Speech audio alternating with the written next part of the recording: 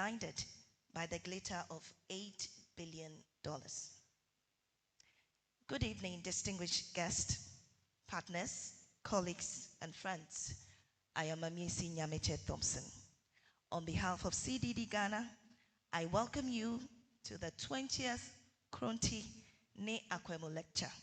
The theme, Galamsey, a country in search of solutions in plain sight.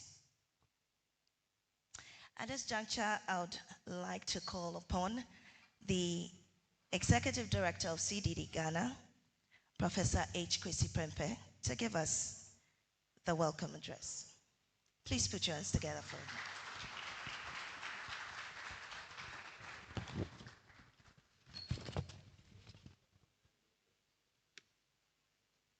Good evening, ladies and gentlemen, honorable ministers, if any present, members of parliament, excellencies, high commissioners, and members of the diplomatic corps, distinguished speaker for today's lecture, members of the CDD board, friends of CDD, media, ladies and gentlemen. I'm delighted to host you this evening as Executive Director of CDD Ghana to this, the 20th Kronti ne Akwamu Lecture. This is our flagship public lecture. Two decades ago, the center initiated this lecture as a way of focusing on a critical, topical national issue and to bring some reflection, evidence, research to bear on a problem. This year's is in that same vein, and I'll have occasion to say a few words about that. Since the inaugural lecture in March 2005, the Kronti ne Akwamu Lecture has featured eminent local and international figures, scholars, practitioners, whose work and impact demonstrate a deep commitment to democracy, good governance, and inclusive development, these being the three pillars of CDD's mission. Over the years, we have been privileged to welcome very distinguished speakers such as Nobel Prize, Peace Prize laureate and former UN Secretary General, the late Kofi Annan, former U.S. Assistant Secretary of State for African Affairs, Dr. Jedediah Frazier, renowned democracy scholar, Professor Larry Diamond of Stanford University, former Speaker of Parliament, the Right Honorable Peter Alajete, the late, celebrated broadcast journalist, Bernard Avle, a former Executive Secretary of the Economic Commission for Africa and founder, President of Africa Center for Economic Transformation, Dr. K.Y. Amwako, among others. This year, we turn our attention to a subject that I think has become a millstone around our neck as a country, the subject of illegal mining, otherwise known as Galamsey. Successive governments have instituted various measures. We have more or less, this problem has spawned a number of operations, Operation Vanguard, Operation Halt, as well as many different acronyms, the latest of which is NIMOS. It has also generated quite a bit of legislative activity. Several LIs have been passed. All of these with the intent of trying to grapple with a major problem that I think everybody recognizes now as a national crisis. It is for this reason that the choice of topic, Galamsey, a country in search of solutions in plain sight, is, I think, quite timely and appropriate. as I think is also our choice of speaker. Our distinguished speaker for today's lecture has been at the forefront of the fight against Galamsey, almost sometimes a lone civic fight, a one-man Galamsey fighter, so to speak, exposing loopholes in our country's approaches and bringing before us the great dangers, the cost and the risk that face us as we deal with this national crisis. Galamsey has, in fact, captured the attention of the country in a way probably that no other issue has during this Fourth Republic. It has featured in our elections. It has featured in many of our conversations. And as a country, I think we remain very much in search of the solution that our speaker finds in plain sight. Erastus Asare Donkor has been reporting on illegal mining for over a decade and has emerged in recent years as really the country's leading, most consistent voice, holding successive governments to account while providing citizens with very critical, timely information on the nature and scale of this crisis. I have no doubt, as the title of his lecture tonight suggests, that indeed he will provide us some clarity and point to the solutions in plain sight that we seem to miss, and also help us to understand why we seem to miss the solutions in plain sight. I will not stand between you and our speaker. I'll just invite you and urge you to participate attentively. And also, I believe at the end of his lecture, there will be opportunity for all of us to have some of our inquiries and questions answered, because this is a subject matter that actually fascinates all of us, intrigues all of us. We seem to understand the dimension of the problem.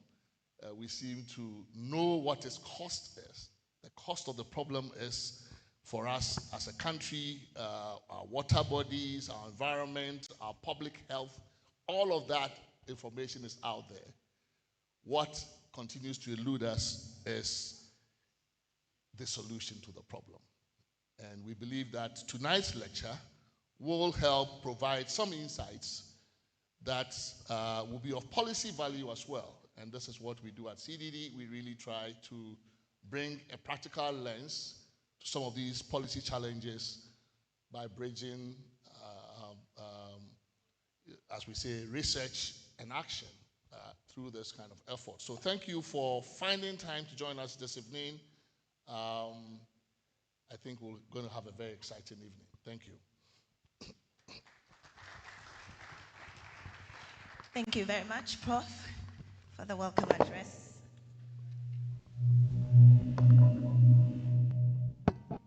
Prof was asking or wondering whether we're missing the solution in plain sight, and I'm asking whether we are ignoring the solution in plain sight. At this juncture, I would like to acknowledge our partners, the Australian High Commission and Stanbic Bank. We'll take solidarity messages from them. First, we start with the Australian High Commission. Let's put our hands together for the Australian High Commission.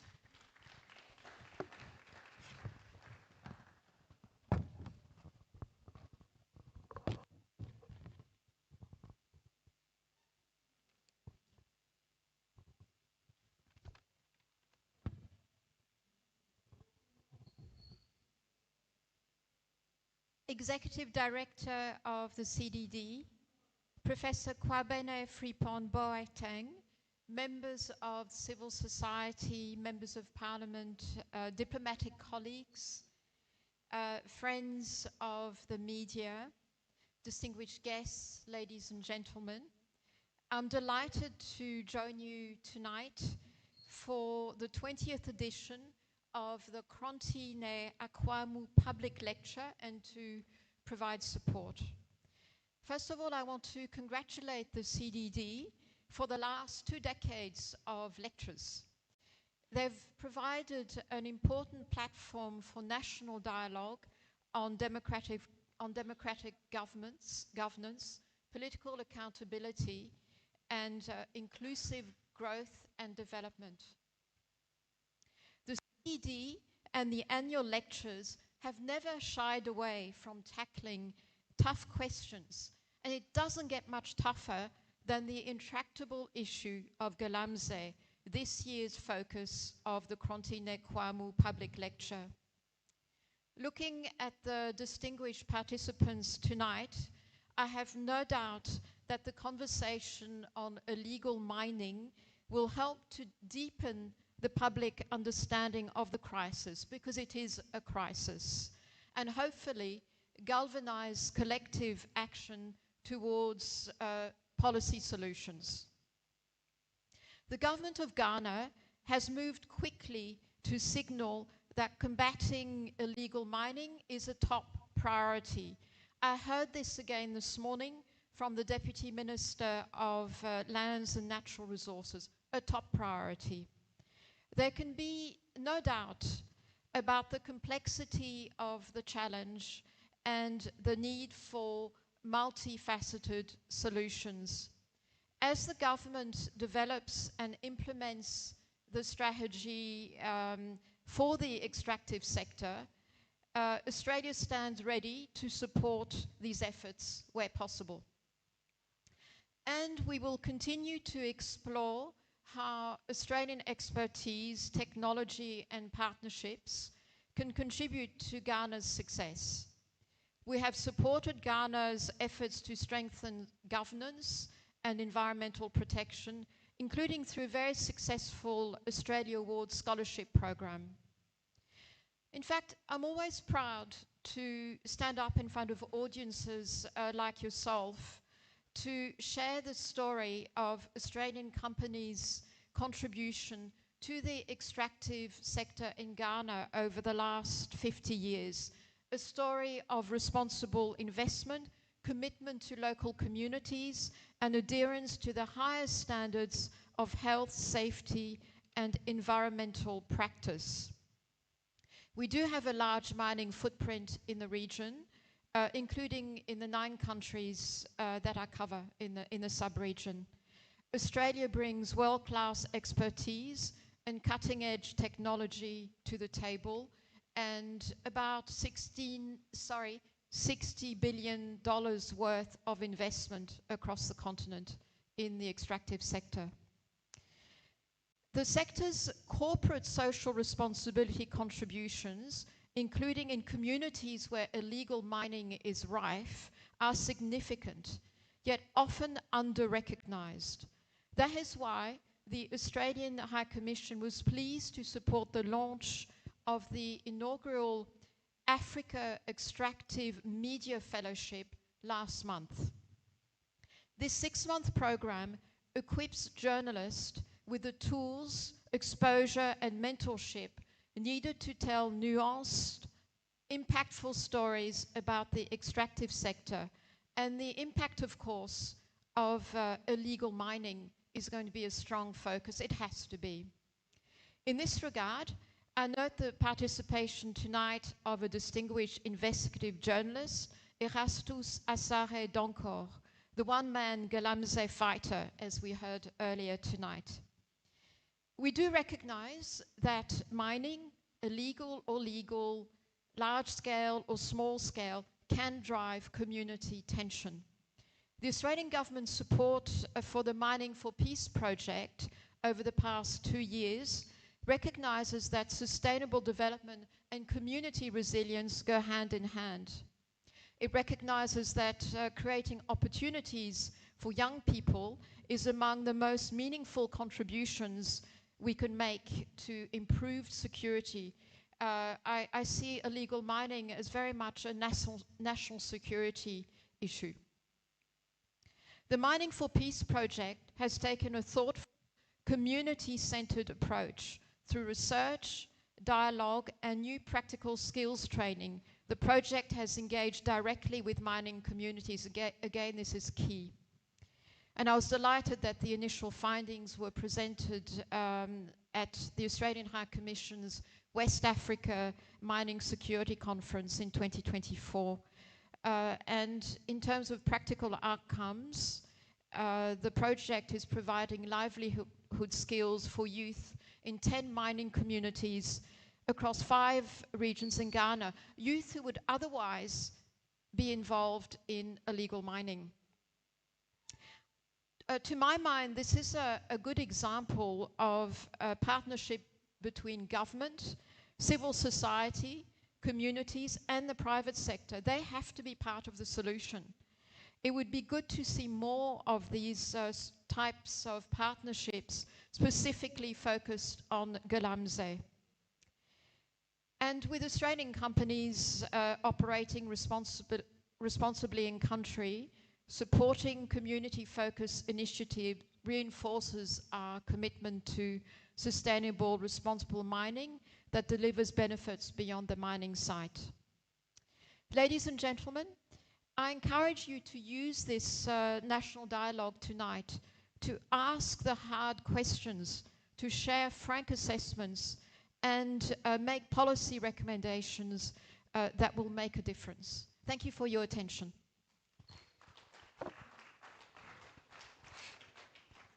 And we heard from the Australian High Commissioner, Ms. Bernice Owen-Jones. Thank you very much for that. We'll also take a message from Stanbic Bank's Malcolm Afajano. Please, let's give it up for him. Let's do it better, please. Malcolm Afajano. Thank you very much.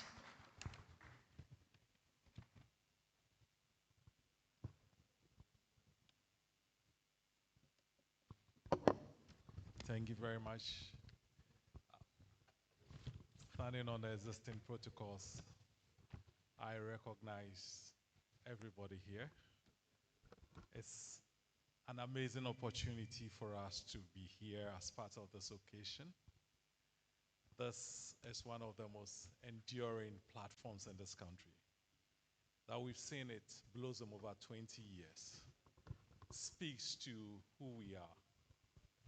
And the bank is proud to be associated with this platform for the simple reason that we are defined by who we are. We say Ghana is our home, and I believe Ghana is the home of everybody here today.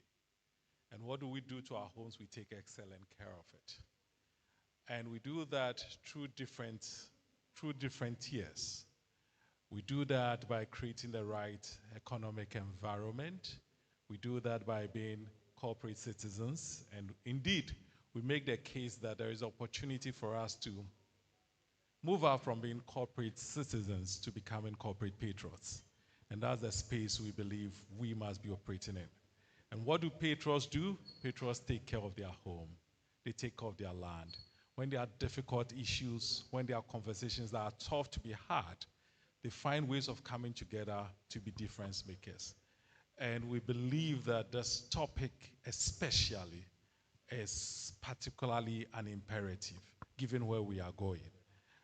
Our business depends on this country thriving and operating at the highest levels. It depends on this country being the beacon of hope for the billions of youth here, and whatever it takes to make Ghana our home very prosperous is what the bank stands for.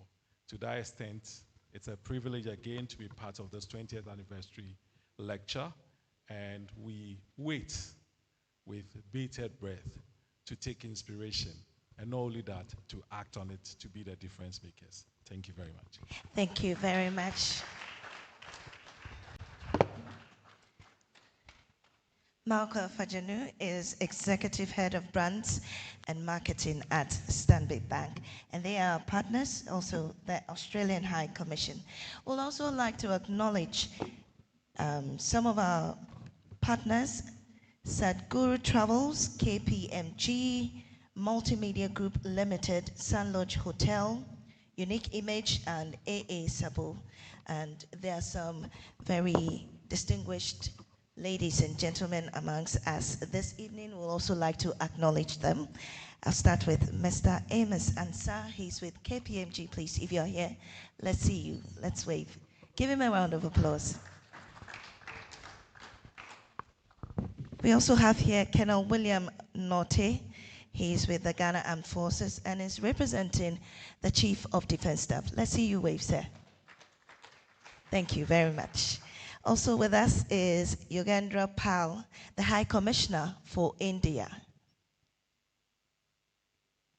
Can we see you, please? All the same, we give him a round of applause. And Ambassador Dr. Eunice Brookman, EMISA Council of State. Thank you very much for coming. Also with us is Honorable Dr. Osu Efriyi-Akoto, former Minister for Food and Agriculture. Delighted to have you, sir. Philip Morte is also a member of Council of State.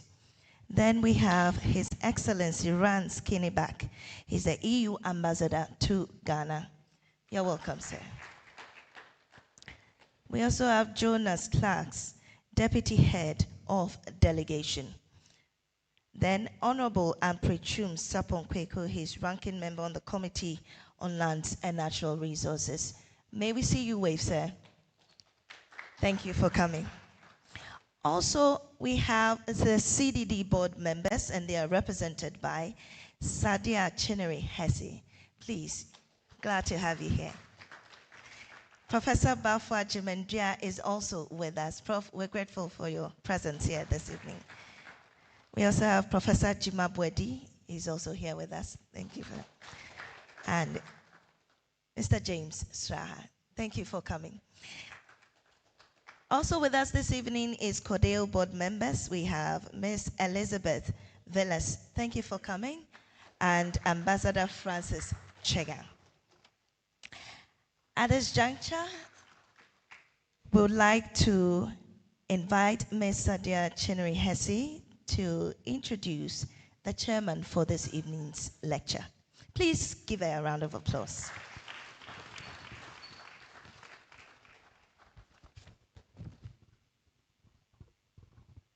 Thank you. Good evening. Distinguished ladies and gentlemen, may I stand on existing protocols? The lot has fallen on me to introduce the chair, and I do it as a matter of pride and a matter of joy.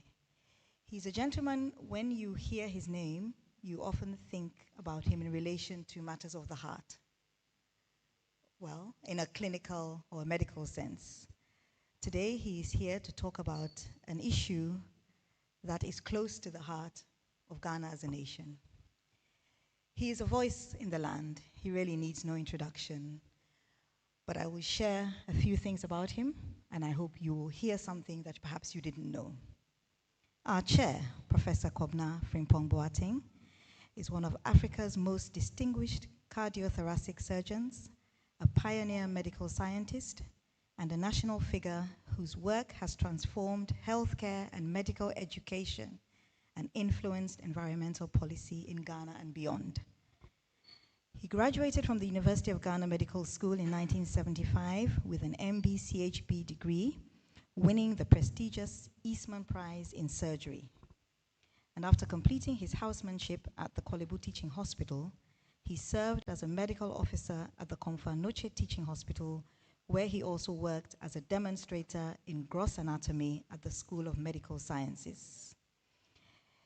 Postgraduate studies took him to Hanover Medical University in Germany, where he qualified as a general, cardiothoracic, and vascular surgeon.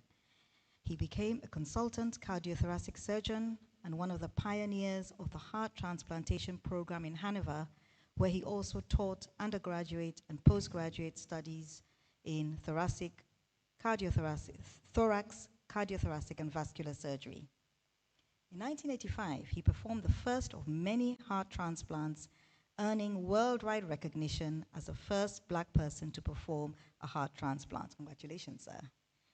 In November 1988, he performed Hanover's first heart-lung transplant, cementing his place among the global elite of cardiothoracic surgeons.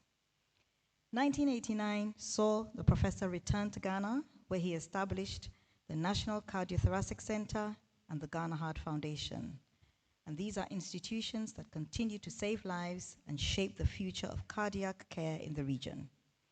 He joined the University of Ghana Medical School in 2000, becoming an associate professor of surgery that year and rising to full professorship in 2002. The professor has held several key national leadership positions, including Chief Executive Officer of Kolebu Teaching Hospital, President, Ghana Red Cross Society, Chairman, Public Utility Regulations Commission, and Chair of the Presidential Committee on Vaccine Development and Production. A respected academic and researcher, he has been a fellow of this academy, where we are, since 2002, and is also a fellow of the Ghana Medical Association. In May 2011, he was made an honorary member of the German Surgical Society. His national awards include the Companion of the Order of the Volta, one of Ghana's highest awards. Internationally, he received the African Heroes Award from Ohio University in 2012. 2017, he was appointed as Ghana's Minister for the Environment, Science, Technology, and Innovation. His report on illegal mining has become a key reference document in Ghana's fight against the menace and is influencing policy changes and accountability frameworks. As a deeply committed person to environmental sustainability, he researches alternative energy production, including biodiesel from jatropha oil, biogas from human and animal waste, and biomass utilization. Despite his very busy schedule, he has made time to author 2 influential books entitled Deep Down My Heart, A History of Cardiothoracic Surgery in Ghana, and Taming a Monster, Managing Kolebu Teaching Hospital. He has contributed chapters to several other publications. Just recently, as in 3 weeks ago, specifically on Monday, the 3rd of November this year, the President of the Federal Republic of Germany, Dr. Frank-Walter Steinmeier, honored our professor with the Federal Cross of Merit in recognition of his remarkable contributions to medical cooperation between Ghana and Germany. Again, congratulations, sir. Ladies and gentlemen, may I respectfully hand you over to our chair, and Mr. Chairman, your audience is ready for you. Thank you very much.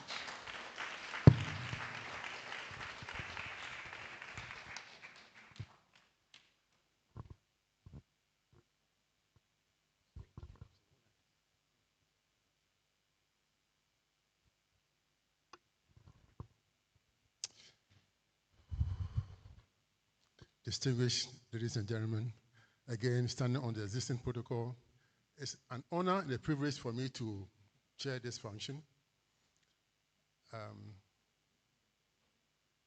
I have known Erastus for a very long time, and as you just heard, when I was Minister for Environment, Science, Technology, and Innovation, and we started the fight against illegal mining, we had a task force, and we were looking for somebody who will accompany or embed with our task force and record everything that was going on in the field.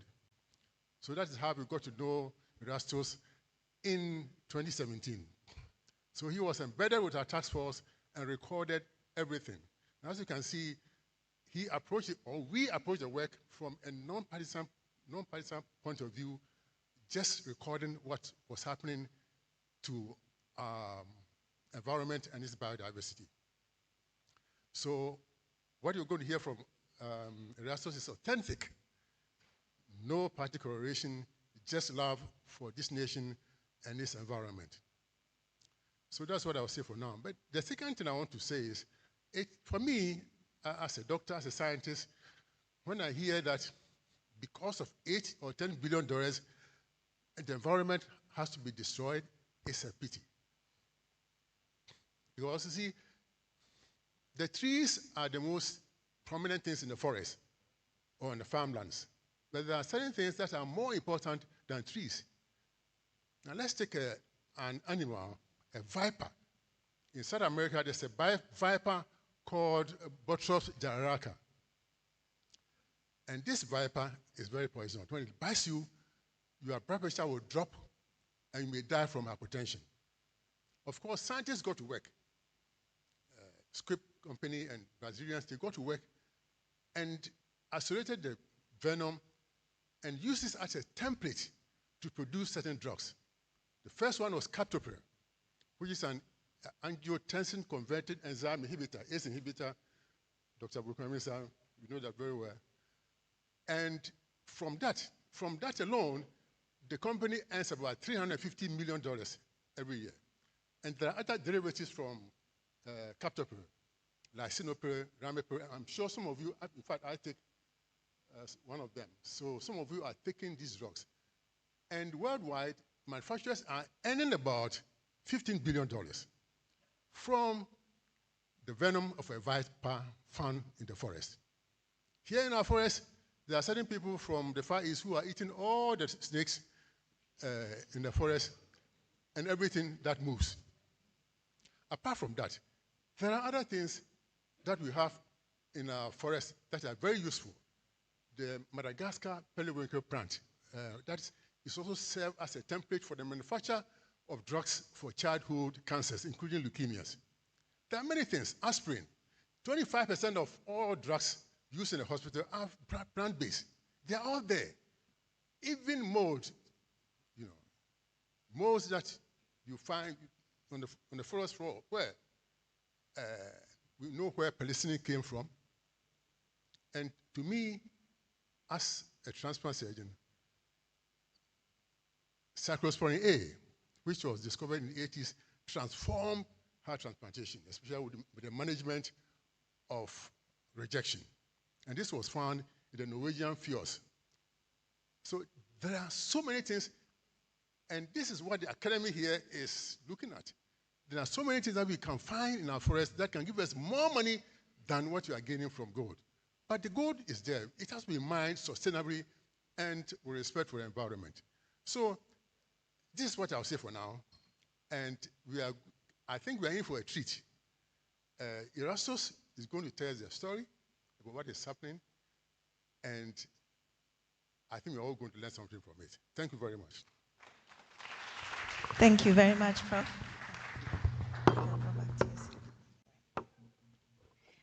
Prof has written 2 books, very interesting titles. One is Deep Down My Heart. The second is Taming a Monster. And I believe these titles are very apt for tonight's discussion. And even though they are not directly related to illegal mining or Galamsey as we know it, they are just concise for tonight's discussion because we are all trying to tame a monster, aren't we? Now, the time we've all been waiting for is here.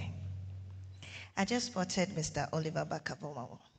When's the next demonstration? Well, I believe he will give us an answer soon. Anyway, I am very delighted and honored and also proud for the next speaker coming to give us tonight's lecture. Erastus Asare Donkor is an investigative, environmental and broadcast journalist and documentary filmmaker and producer with more than 15 years of experience. His work has become a reference point in Ghana, especially in the fight against illegal mining. His commitment to environmental reporting dates back to 2014, when he reported on the degradation of the environment. Now, the invasion of the country's forest and pollution of its water bodies, his work has transcended different governments in Ghana. Erastus is credited for an expose leading to the withdrawal of military personnel, protecting illegal miners, pillaging the Apramprama Forest Reserve in the Ashanti region in 2021. His investigations also led to interventions to curb illegal mining in the Tawasre, Apawasa, Tano Nimre, and Tano Anya forest reserves in Ghana. A celebrated journalist, Erastus was instrumental in reports that exposed the dealings of popular illegal mining kingpin, or Galamsey Queen, known as Aisha 1, leading to her arrest and prosecution. His bold investigations into disturbances at Idra in the Ashanti region of Ghana led to the setting up of a committee by the president to probe the gunning down of 2 residents of security by security forces. Now, his independent investigative work, Destruction for Gold, covering the pollution of rivers and streams in Ghana and the degradation of the environment in Ghana, won him the PAV and SAC Ghana Journalist Association Best Journalist of the Year Award in 2022. Now, he's also recognized both nationally and internationally.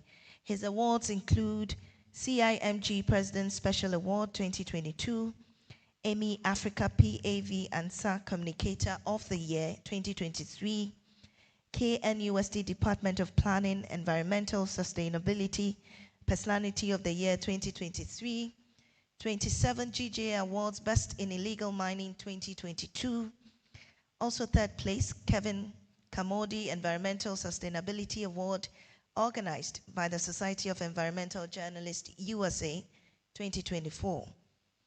United States Covering Climate New Journalism Awards Video Documentary Finalist.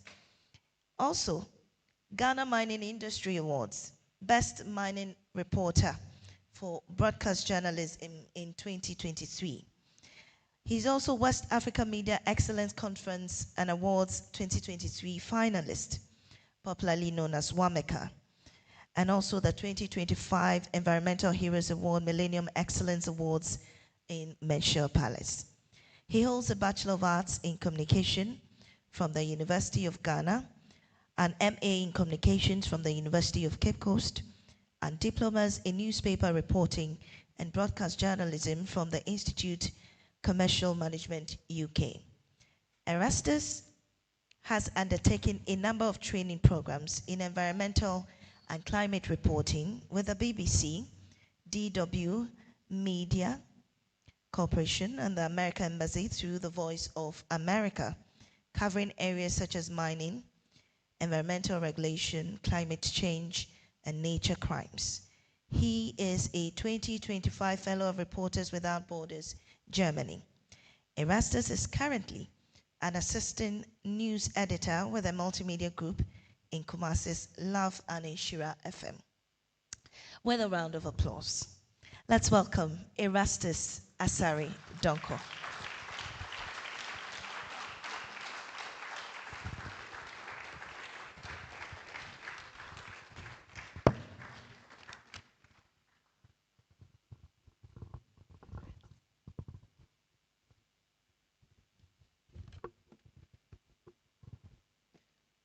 I think I look a bit taller when I stand on the podium.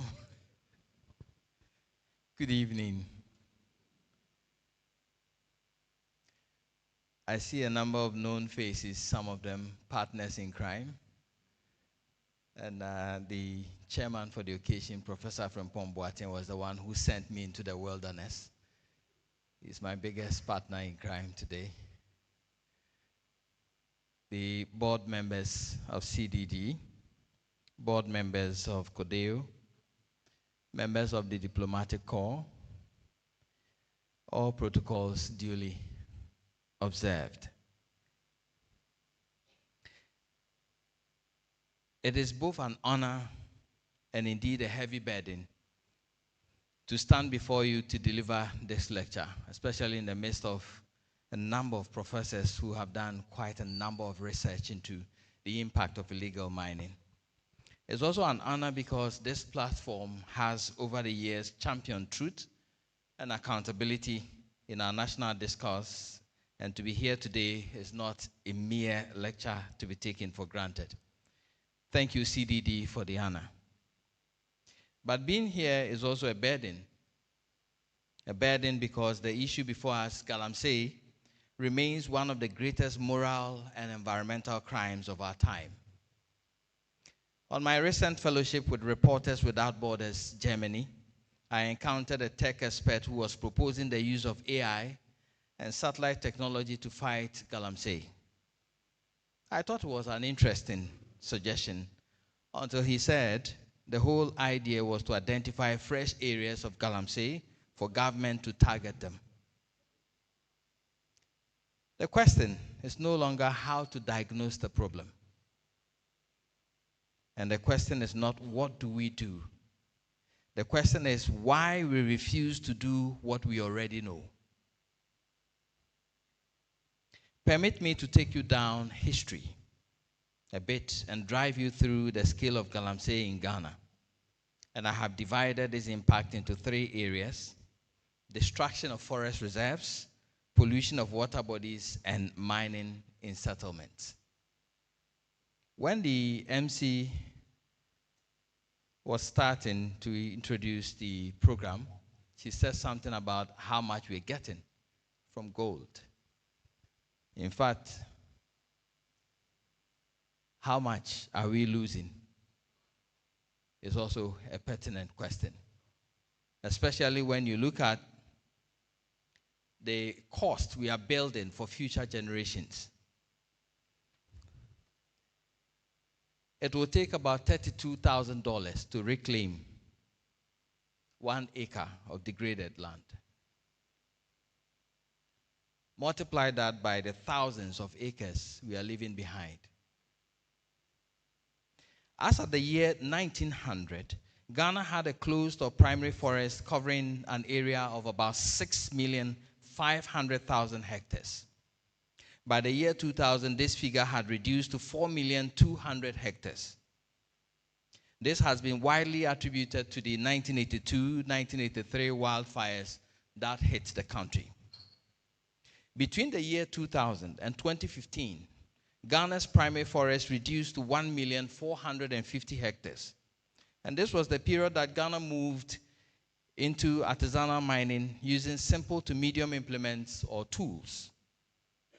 However, from 2015 to 2024, the country lost a whopping 430,000 hectares of its closed primary forest, bringing Ghana's entire closed forest space to just 1,020,000 hectares.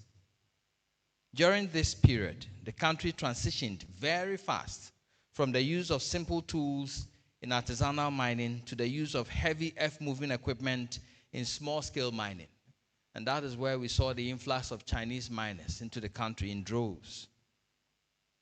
According to reports by the World Resources Institute, Ghana's largest percentage increase in primary forest loss in recent years was recorded between 1990 and 2010. In a period of 20 years, the country lost 125,400 hectares of primary forest. This is a loss of about 6,250 hectares, or 1.68% per year. However, Ghana experienced the highest proportion of loss of any tropical country in 2022. In 2022 alone, the country lost 18,000 hectares of primary forest. Mr. Chairman, let's note that the underlying factor to these trends is attributed mostly to forest degradation and not deforestation. And deforestation involves conversion of forest to other land use, whilst forest degradation results in reduced forest capacity to provide goods and service, reduced in quantity and quality, with its structure and functions severely impaired.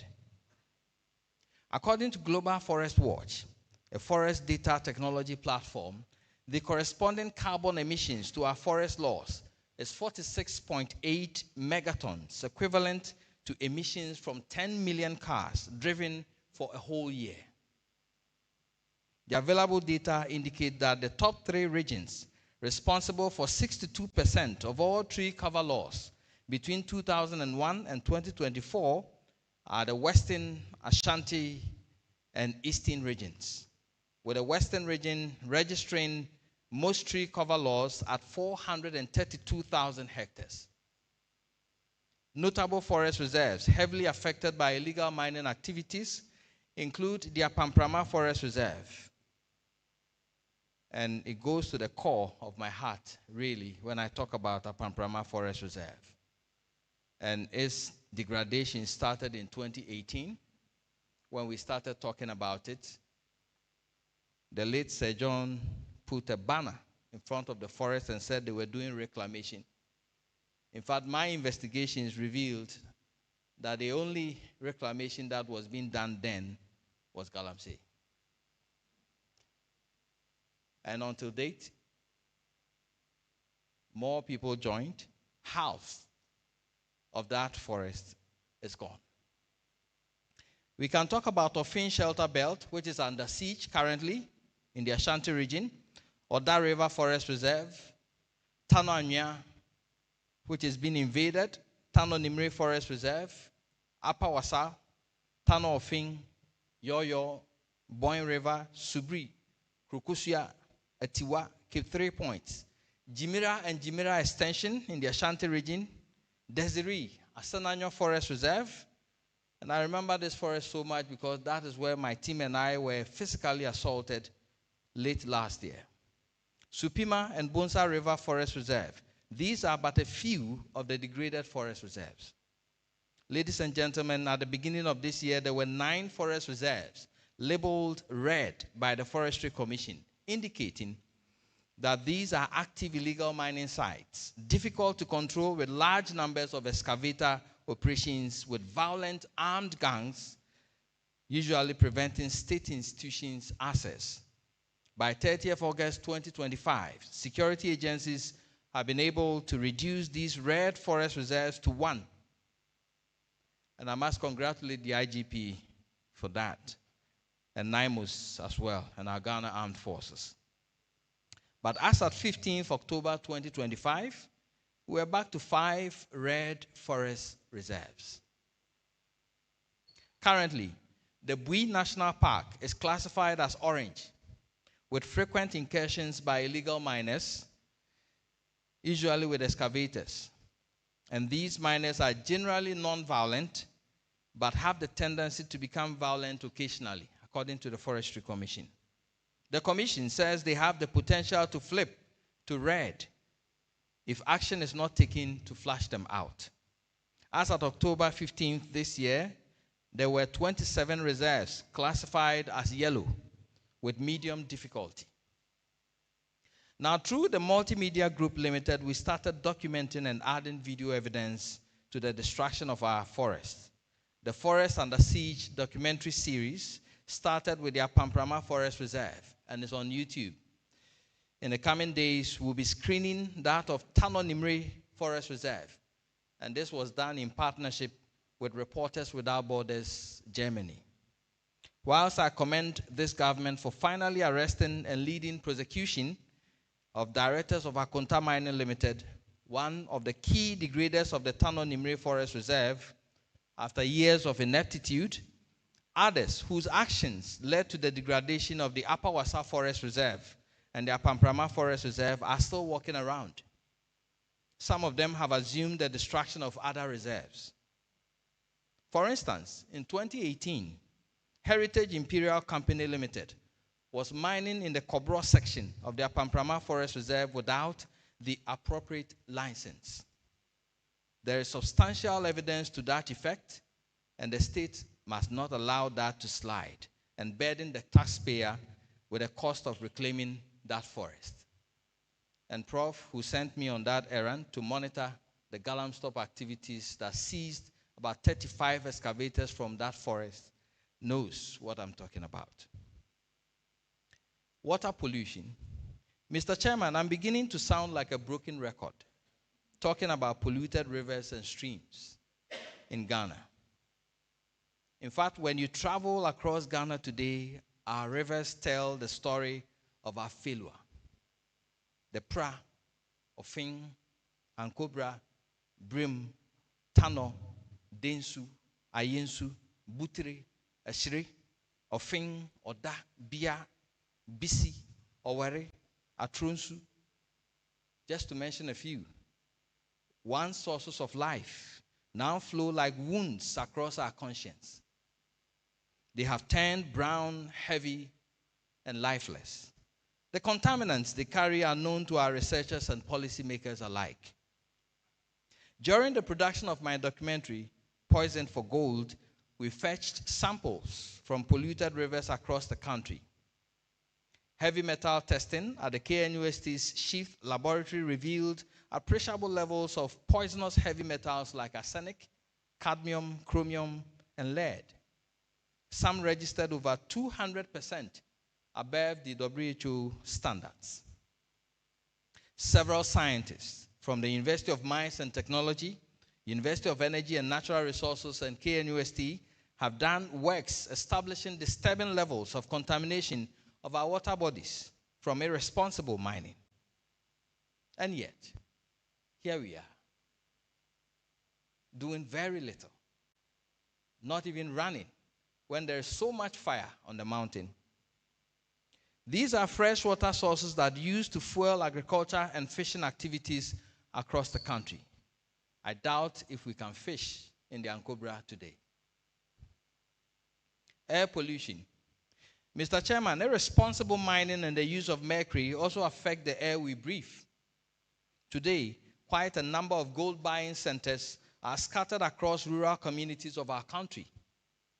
They burn mercury amalgamated gold on a daily basis, filling open air consistently with poisonous white plumes of vaporized mercury.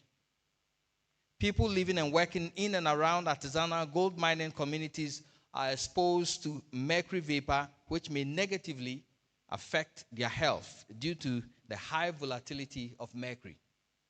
In a study by Opoku and others, 2020, on exposure to airborne mercury at Bani in the Talensi district of the Upper East region, 91% of households where amalgam burning takes place had concentrations of between 500,000 and 800,000 nanograms per cubic meter, greater than a safe limit of 300 nanograms per cubic meter set by the United States Environmental Protection Agency, USEPA. The study found 64% of the households with no burning had concentrations greater than the reference dose. The health risks estimated from these concentrations indicate that minors and non-members of the community are at risk of adverse health effects from inhalation of mercury vapor. Health risks. Ladies and gentlemen, data from the Climate Change and Environmental Health Group of the Pediatric Society of Ghana on selected birth defects referred from district hospitals in Ghana to a major referral center in Ghana, single center, from January to June this year show a disturbing trend. 12 cases of anorectal malformation, a congenital defect where a baby's anus, rectum, and associated nerves do not develop properly, leading to issues with normal bowel movements, were referred to a major hospital between January and June this year. Half of these cases were from Galamsey-prone areas. Out of 5 cases of intestinal obstruction, a partial or complete blockage of the bowel referred, 4 of them came from Galamsey-prone areas. 7 cases of gastroschisis. Pardon me, I'm not a scientist, so the names are a bit a mouthful. A birth defect where a baby's abnormal wall does not form completely, resulting in a hole, usually to the right of the belly button, through which the intestines and sometimes other organs protrude, were recorded in the same period. 5 of these cases were referred from Galamsey areas. Out of 8 cases of spina bifida, a birth defect in which the spinal cord doesn't close completely, resulting in an opening in the spine. 6 of them were referred from Galamsey-prone areas. 3 cases of encephalocele, a rare birth defect where a sac-like protrusion of brain tissue and membranes pushes through an opening in the skull, were recorded in the same period this year. All these cases were referred from district hospitals in Galamsey-prone areas. Much as I would want to believe that this is a mere coincidence, doctors are looking into interesting possible links to these geographical areas. Of the 24 out of 35 cases from Galamsey areas, 16, that is 66.6%, of the mothers had been directly involved in Galamsey as sand carriers, sand washers, or married to men engaged in Galamsey. Mr. Chairman, permit me to bring to the attention of this gathering and the entire country a highly dangerous practice happening in some areas in Ghana today. It's called cyanide leaching. Cyanide is a very dangerous chemical, and I don't need to lecture professors on the dangers of cyanide. It has the potential to poison air, water, and skin. Breathing, drinking, or touching cyanide can kill you. It poisons rivers and wells. It kills fishes, domestic animals, and makes soil infertile. It lasts for years in the ground. In Ghana, its use is strictly regulated under the Minerals and Mining Health, Safety, and Technical Regulations 2012, LI 2182. Cyanide is permitted for large-scale mining operations and licensed gold processing plants, provided they adhere to stringent safety and environmental protocols. Small-scale miners are prohibited from using cyanide. Current regulations explicitly do not permit the use of cyanide or other leaching techniques for small-scale miners. In small-scale mining, Galamsey is a criminal offense and considered a monumental crime due to the environmental devastation it causes. But why is cyanide being used in large quantities in many communities by illegal miners in Ghana today? Leaching sites, commonly referred to as sankofa, can be found in many communities in the Esuatifi North and Esuatifi South districts of the Ahafo region. My investigations have revealed a number of cyanide leaching sites in Kenyasi number 1 and Kenyasi number 2. And Totroso alone has over 15 of these leaching sites in the Esuatifi North district. I found a number of them in Hwidiam, Bronikrum, Ataniata, Nkasem, and Romso, all in the Esuatifi South district of the Ahafo region. Many of the leaching sites are found in Totroso were sited along paths of 3 seasonal streams in Totro, Aframwa, and Kokwampa, which converge and empty into the Tano River. When it rains, the untreated cyanide tailings, ponds, mixed slurry washes into these streams, moving through farmlands. It will be recalled that personnel of NIMOS recently raided one of these sites at Bronikrum in the Esuatifi South district, which resulted in an attack on the personnel. That site was engaged in cyanide leaching for gold, popularly called sankofa. The 2 drams of cyanide seized at the site are still in the custody of NIMOS. Distinguished guests, some questions beg for answers. Were the MPs who intervened in that operation aware of the sankofa practice, which is poisoning their constituents? Is it not surprising and shocking that as at the time of developing my speech, the over 15 cyanide leaching sites were still in active operation? Ladies and gentlemen, these nature crimes are happening not because of the absence of legislation, but a gap in enforcement, lack of seriousness attached to these crimes and their impact by DCEs, chiefs, law enforcement agencies, MPs, and opinion leaders. From where I sit, I get numerous requests for help from helpless farmers whose lands have been forcibly taken over, communities reeling under the negative impact of illegal mining. I see a system that is broken at the local level and a security apparatus that is either severely complicit in the issues they complain about or have failed to attach seriousness to such issues. Today, illegal mining in settlements, mining close to a public road, as is being done at Osino, close to Kumasi Accra Road, and Wasa Japa on the Ayamfree Road. Mining on water bodies using dangerous chemicals to process gold within settlements do not attract the attention of local security agencies. Ordinary citizens who report these cases rather become victims. Just a few days ago, the Akwamu Hene of Mpasaso number 2 in the Ashanti region reached out to me to save his traditional area from the worsening impact of illegal mining. But I'm not a military person. I don't have powers. I'm a common reporter. Nana J. Mensah showed me evidence of petitions to the Ghana Police Service, Regional Security Liaison Office, the Minerals Development Fund, DCE for Hafuano Southwest, and others. But for weeks, nobody had extended an arm to help deal with a practice which is criminal under our statutes and endangering lives and destroying livelihoods of communities under his jurisdiction. And I get many, at least I get like 5 of such complaints or requests for help from farmers and people across the country on a daily basis. For weeks, the illegal miners have continued their invasion deep into the Tano Offing Forest Reserve and have heavily polluted streams like Boni, Domiafum, and Esuako, which serve communities like Nyamebechre, Adiemra, Oforikrum, Ango, Dotiem, Achiase, Esuako, Menshia, and James Kuma.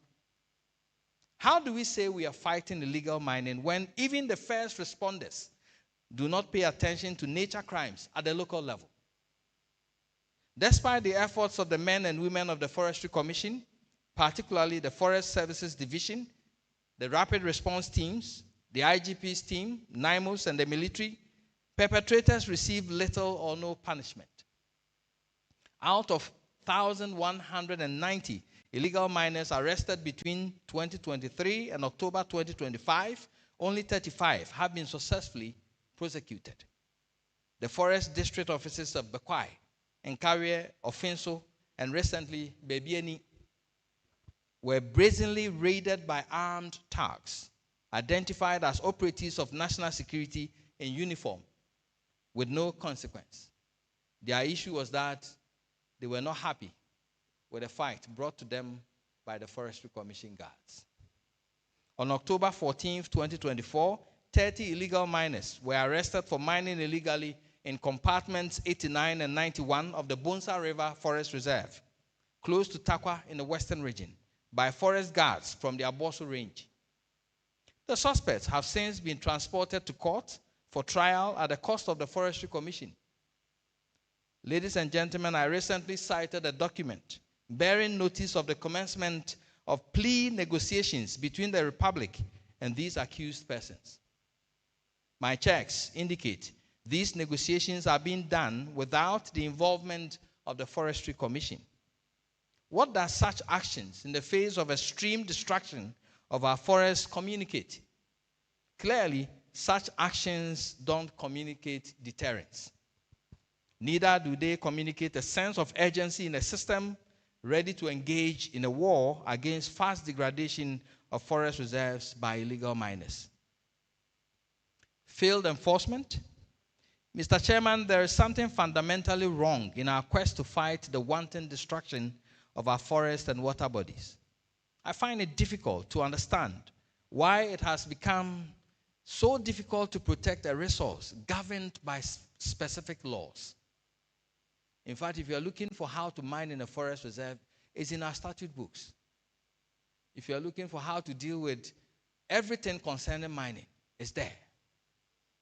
All the environmental infractions related to what we are dealing with in Ghana today have well-stated offenses and corresponding punishment enshrined in our body of laws. We have had committees, task forces, military deployments, and countless promises over the years. Yet the destruction continues. Why? Because in this fight, our greatest enemy is not ignorance. It is inconsistency, political interference, and lack of accountability. Because whilst some of us demand accountability, the people we are fighting for come on social media to insult us every day. And they send death threats and other things to us. Why can't the politician tell his constituents who are demanding to mine illegally to do the right thing and work in consistence with the law? We've had interventions like Galamsey, Operation Vanguard, Operation Halt 1, Operation Halt 2, and some ad hoc enforcement groups in between. All of them faced one big challenge: political interference. All these interventions, many of them I have followed, were micromanaged by politicians with vested interests in the canker they were fighting. I call it the betrayal from within. Today, NIMOS has begun some remarkable enforcement activities sweeping across illegal mining camps along some major water bodies. But the team faces similar challenges from party executives, MPs, big party financiers, and even some local government heads who intervene on behalf of nature criminals and continue to fight against law enforcement efforts. Recently, my team and I exposed illegal mining activities downstream of the river Bisi at Adroba Bisi in the Tanonof municipality. The municipal chief executive, Pius Opoku, took local journalists and some chiefs to a so-called clean spot of the river Bisi to deceive the public into believing claims of Galamsey were baseless. And so whilst the pollution was going on downstream, he went upstream where it was clean, fetched some of the water. He saw those videos on social media, and he even drank some of it to say that nothing is happening. But indeed, he knew that mining was happening downstream. Our consistent fact-checking exposed him. And this is disinformation of the public by a public official. What is his interest? Our investigations later revealed the Tanonof Municipal Assembly issued a business operating license to Kakrob Limited Company. On the license, it was indicated prospecting. I have seen similar licenses issued by some other assemblies to miners found in similar activities.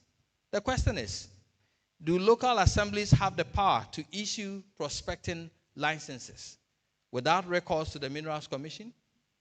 Can miners operate with business operating licenses? In November this year, the MCE for Brim Central, Solomon Brako Kusi, was accused by the MP of the area of facilitating Galamsey activities there.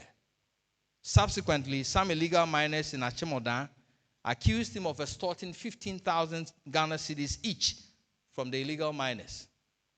In reaction, the MCE held a press conference admitting to taking a sum of 15,000 cedis, but argued that he issued a receipt for it. And he was indicating that the monies were fines for illegal mining. An upcoming investigative piece by the Kumasi newsroom of Joy News will expose similar practices by MCEs in Galamsey-prone areas. These transactions smack of double standards. Not only are they shady and phony, but impede honesty in the fight against illegal mining. Ladies and gentlemen, the problem is not the miner in the pit. It is the leader looking away. This is why I say respectfully that the president must begin holding MMDCEs accountable for Galamsey in their jurisdictions.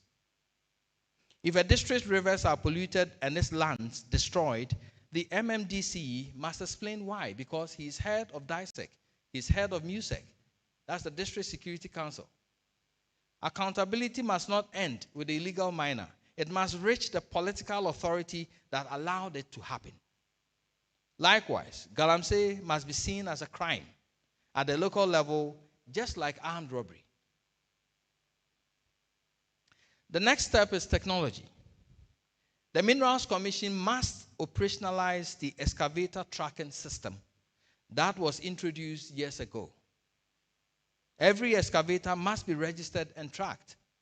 And this is not rocket science. And I don't see why heavy equipment must come into the country, go into the hinterlands and start doing its work before it is registered and tracked.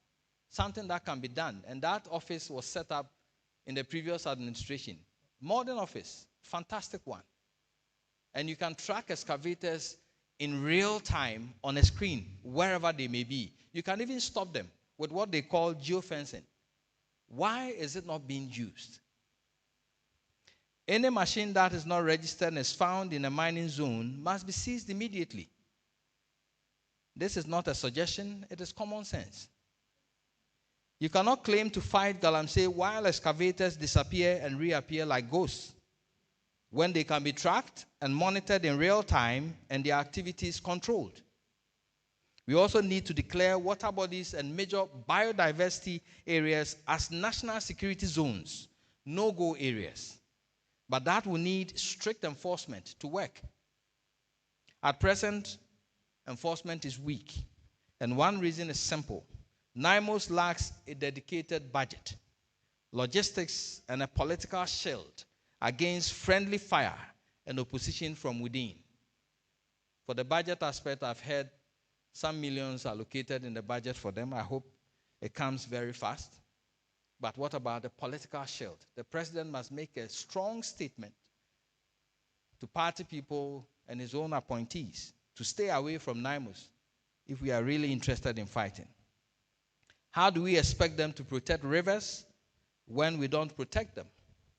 We need to tighten enforcement by local police and decentralize NIMOS to enforce government-proposed security zones. NIMOS itself must have internal watchdog control mechanisms to prevent it from being corrupt and ineffective. And to all the political parties, this is not a political play ball. And we have played politics with Galamsey for a very long time.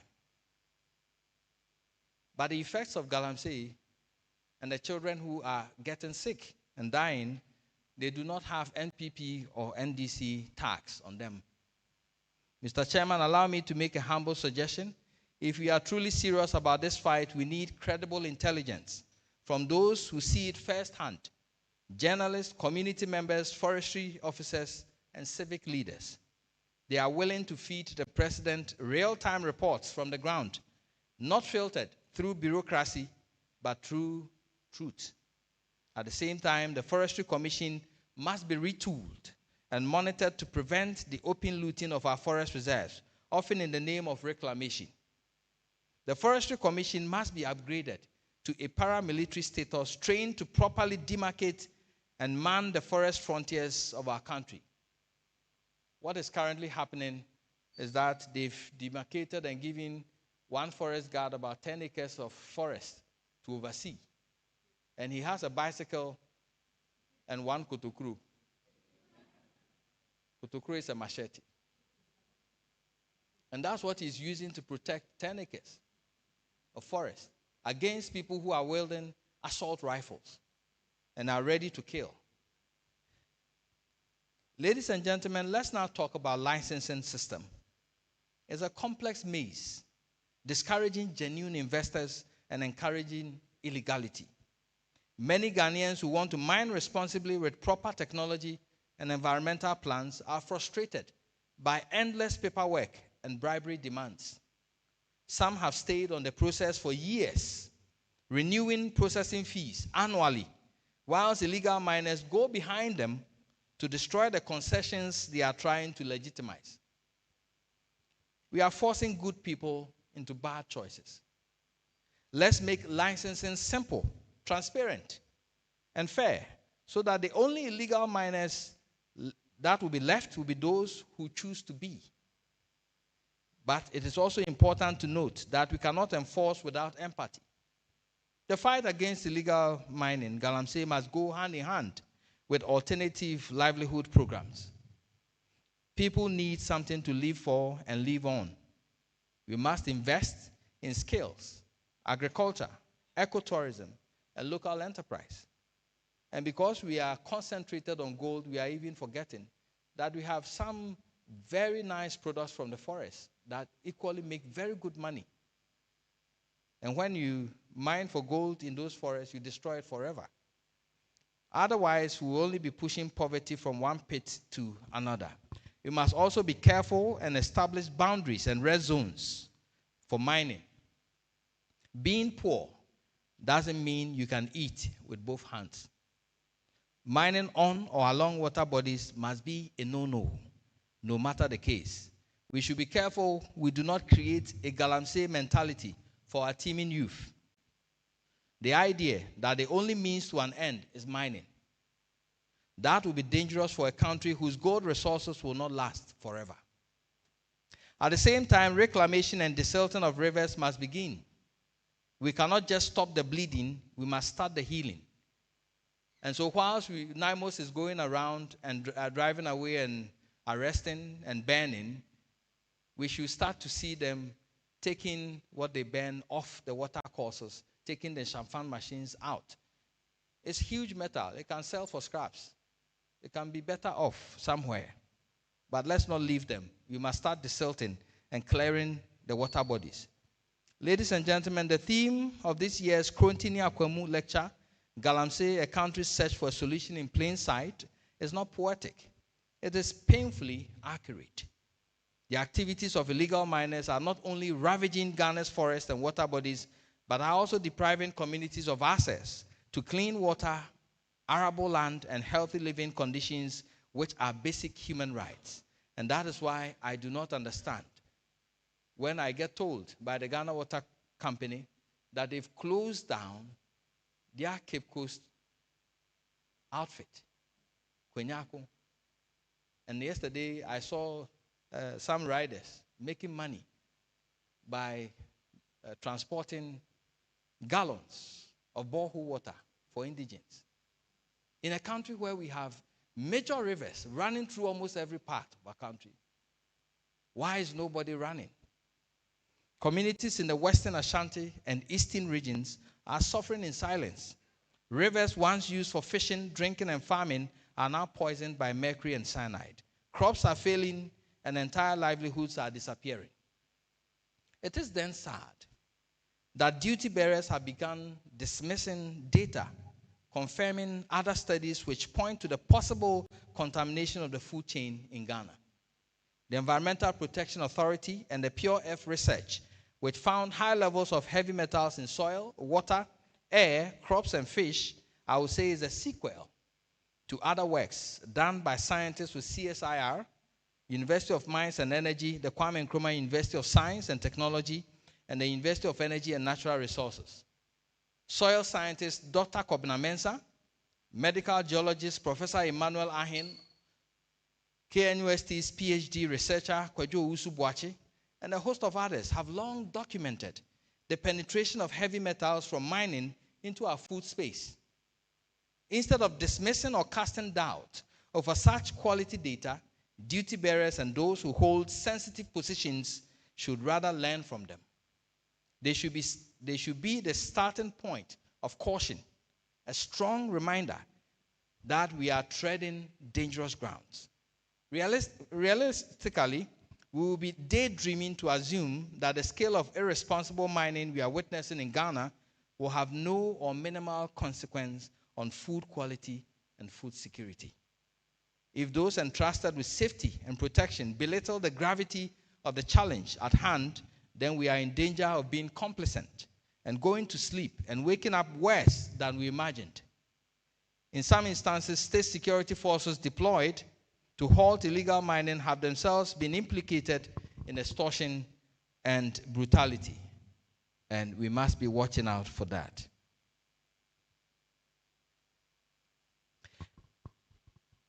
Civil society organizations, environmental activists, and legal aid groups continue to push back.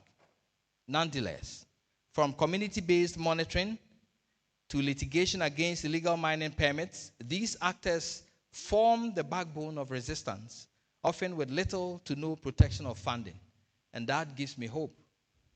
The Media Coalition Against Illegal Mining, for instance, has played a pivotal role in breaking the barrier of restricted civic space in Ghana, particularly in the context of environmental justice and human rights.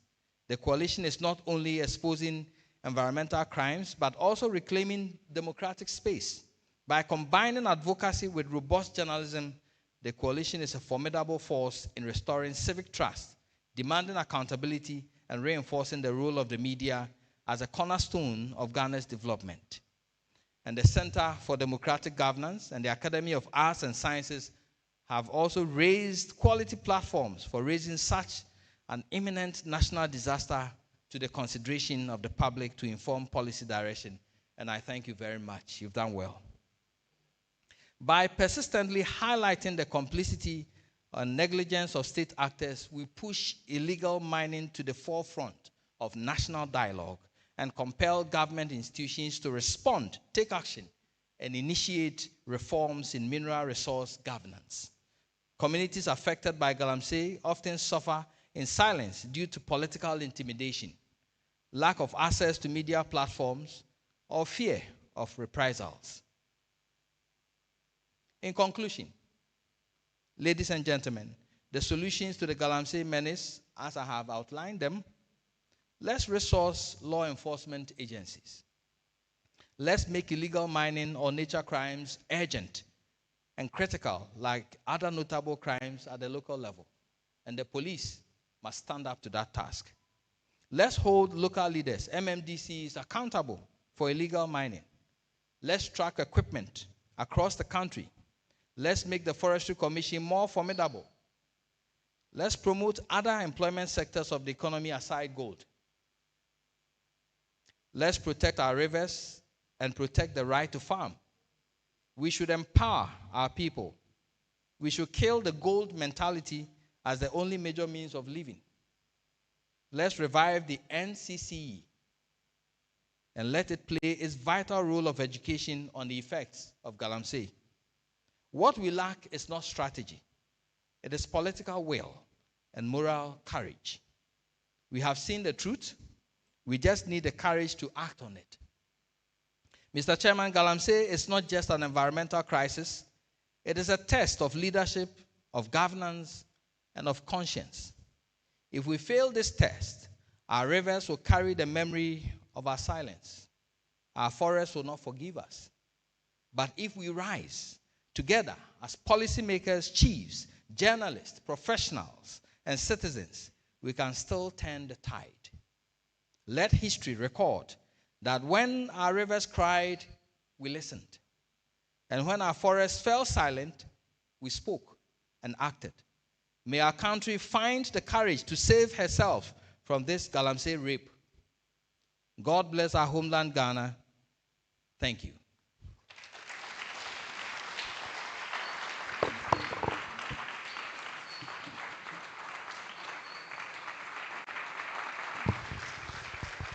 Thank you very much, Erastus.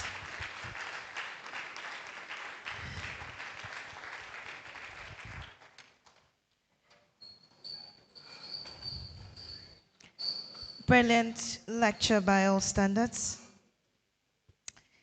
I remember the president saying that he cannot declare a state of emergency just yet.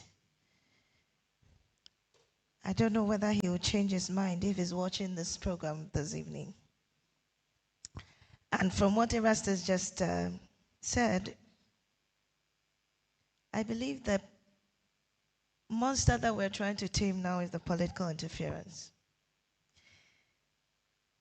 At this juncture, I'm sure we all have questions, and Erastus will be taking them. I would like to invite to the podium the chairman for the program, Professor Frimpong Martin, to kindly come up here and sit by Erastus. Please, let's give him a round of applause.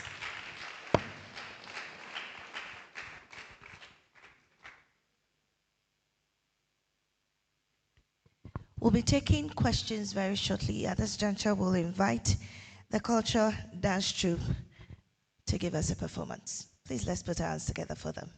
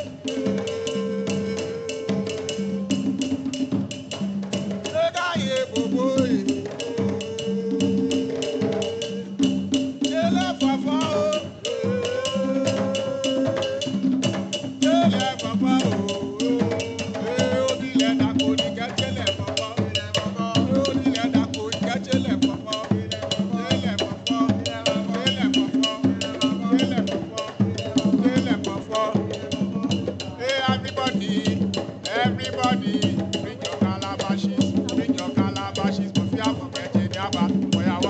Everybody, bring your calabashes, but we are forgetting Hey, everybody, bring your calabashes, but we are forgetting Yaba. Where do everybody, bring your calabashes, but we are forgetting Yaba. Hey, why I want to go, everybody,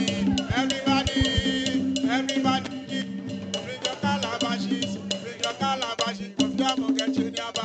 Why I want to go, hey, why I want to go, hey, why I go, hey, bring your calabashes, but we are forgetting Yaba. Why I want to hey, no kind, no na, oh, na, no. No kind, no na, hey, Abuja, Abuja, no kind, no na, oh, na, no kind, no na, oh, na, no kind, no na, Abuja, Abuja,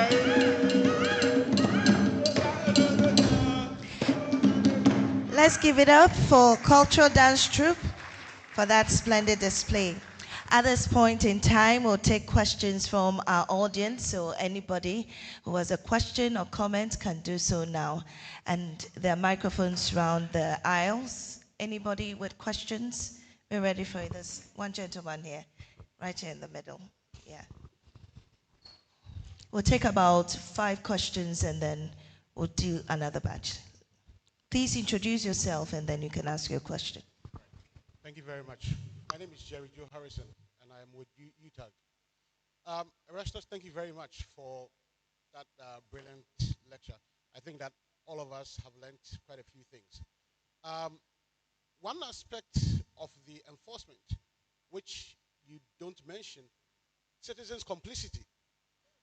I think that we are all looking at the problem from the political willingness and all that. But one thing that I've also observed, and through our UTAG activity, is that we, the citizens, have become enablers of evil in our society. In local parlance, obviously, CDD. And so, whilst others are busily trying to make sure that people do the right, we, on the other hand, are impediments as a people. I want to pick your thoughts. How do you think we should approach this? Certainly, we can't jail everybody, but how do you think we should approach citizen complicity in the fight against illegal mining? Thank you.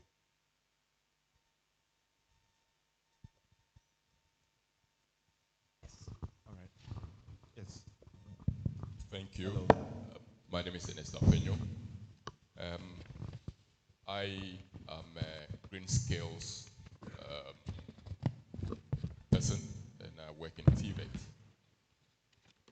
On social media recently, you will see lots of videos where young people from communities are impeding or preventing the task force from coming to their communities to enforce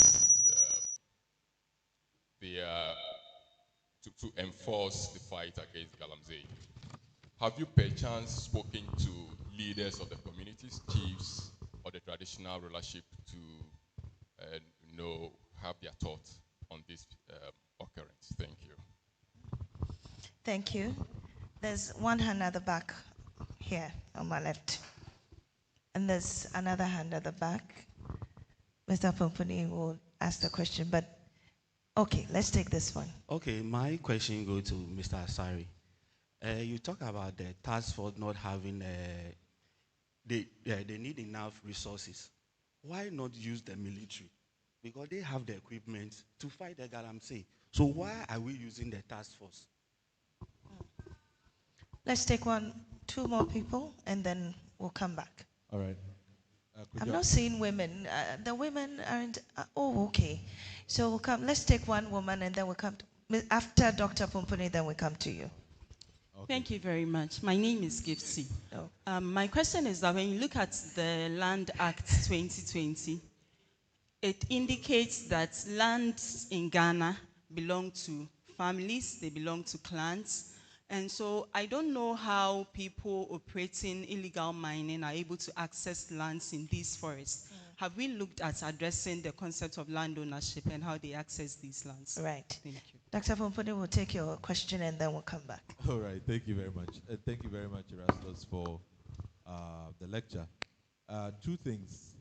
It's so hard, I mean, even from where I sit, and I think I have more information than most people, to be able to measure progress in this Galamsey fight. So what would you say progress will look like in a year?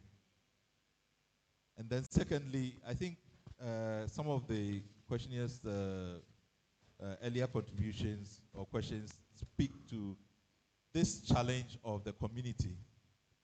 It reminds me of the Niger Delta and the way in which increasingly community members began to sort of radicalize and mobilize against attempts to stop oil bunkering and all those kinds of issues. What have you seen any kind of initiative that is seeking to try to address this challenge with the community? Because I don't see how any army will be able to enforce any law if the community across all Galamsey sites decide that they are going to fight. I don't think we'll have the numbers to do that. So are there alternative ways of dealing with that problem? Because I really think that for me, that is a serious national security problem if we don't take care. And through some of the atrocities and kinetic actions that have been taken, people might begin to arm themselves. And that's where it becomes a problem. So we'll take this set of questions and then we'll come back to the audience. So, Mr. Asare Donkor and Chairman, over to you. I have to go first. Yes. Okay. So how do we deal with complicity by traditional authorities or by anybody at all? That is why we have laws. And laws are meant to be enforced. I don't think that people are deterred from going on armed robbery because deep within them they feel it's a moral duty, so they will not do it. It's because they feel that if you do it and you are arrested, you face very stringent punishment, or you can be killed. And that is why they are not doing it. Elsewhere, in other countries that at least have visited the mining areas of Phoenix, Arizona, they do not comply with laws simply because they are saints or they are very good people. It's because there are laws and they are enforced to the letter. And if you are found, you are sure that the law will deal with you, whether you are a chief or whoever you are. But I think that over the years, we've allowed the system to be laxed in such a way that people have gotten away with it. And then there is also this political connection. People at the local level, right now, when you go to the local level, those who are mining boldly in settlements and in forest reserves,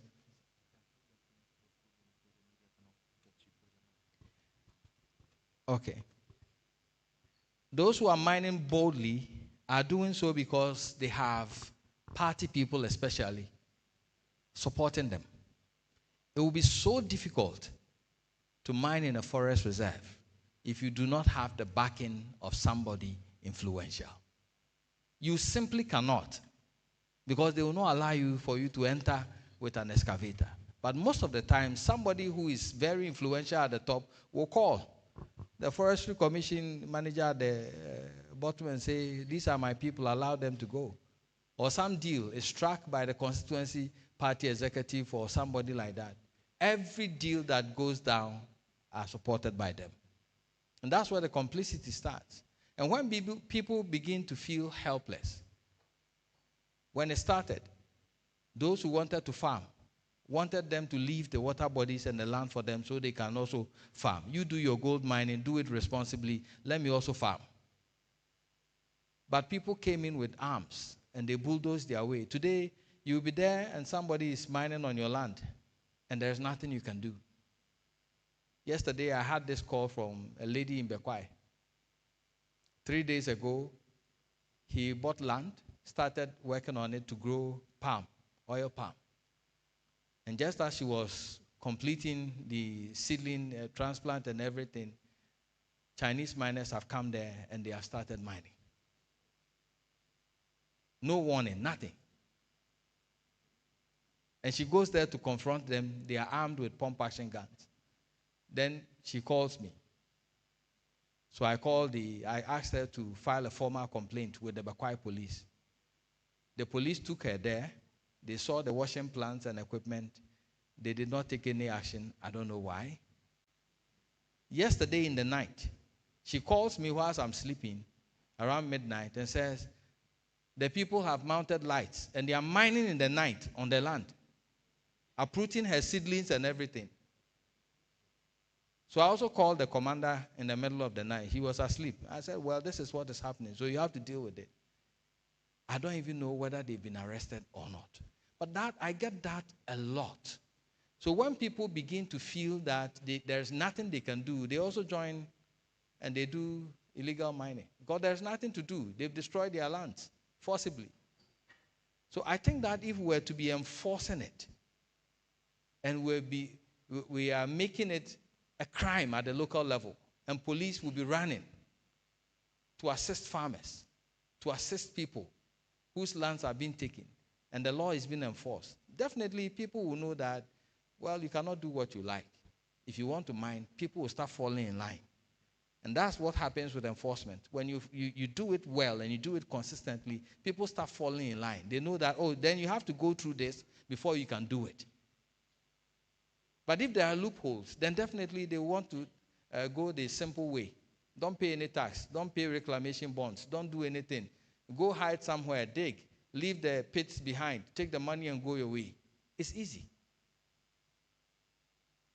The second one, you asked whether I've spoken to leaders of such communities. Yes.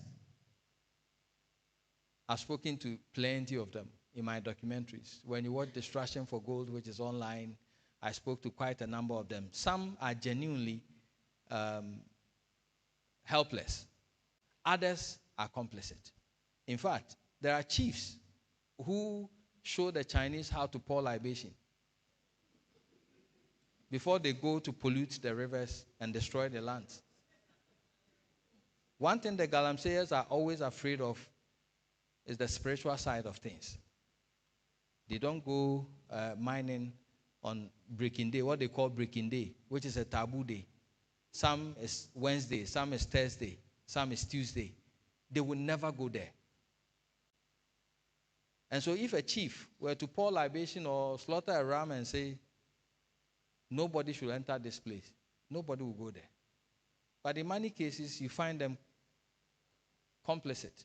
They themselves have received monies, and they are rather forcing it down the throats of their citizens.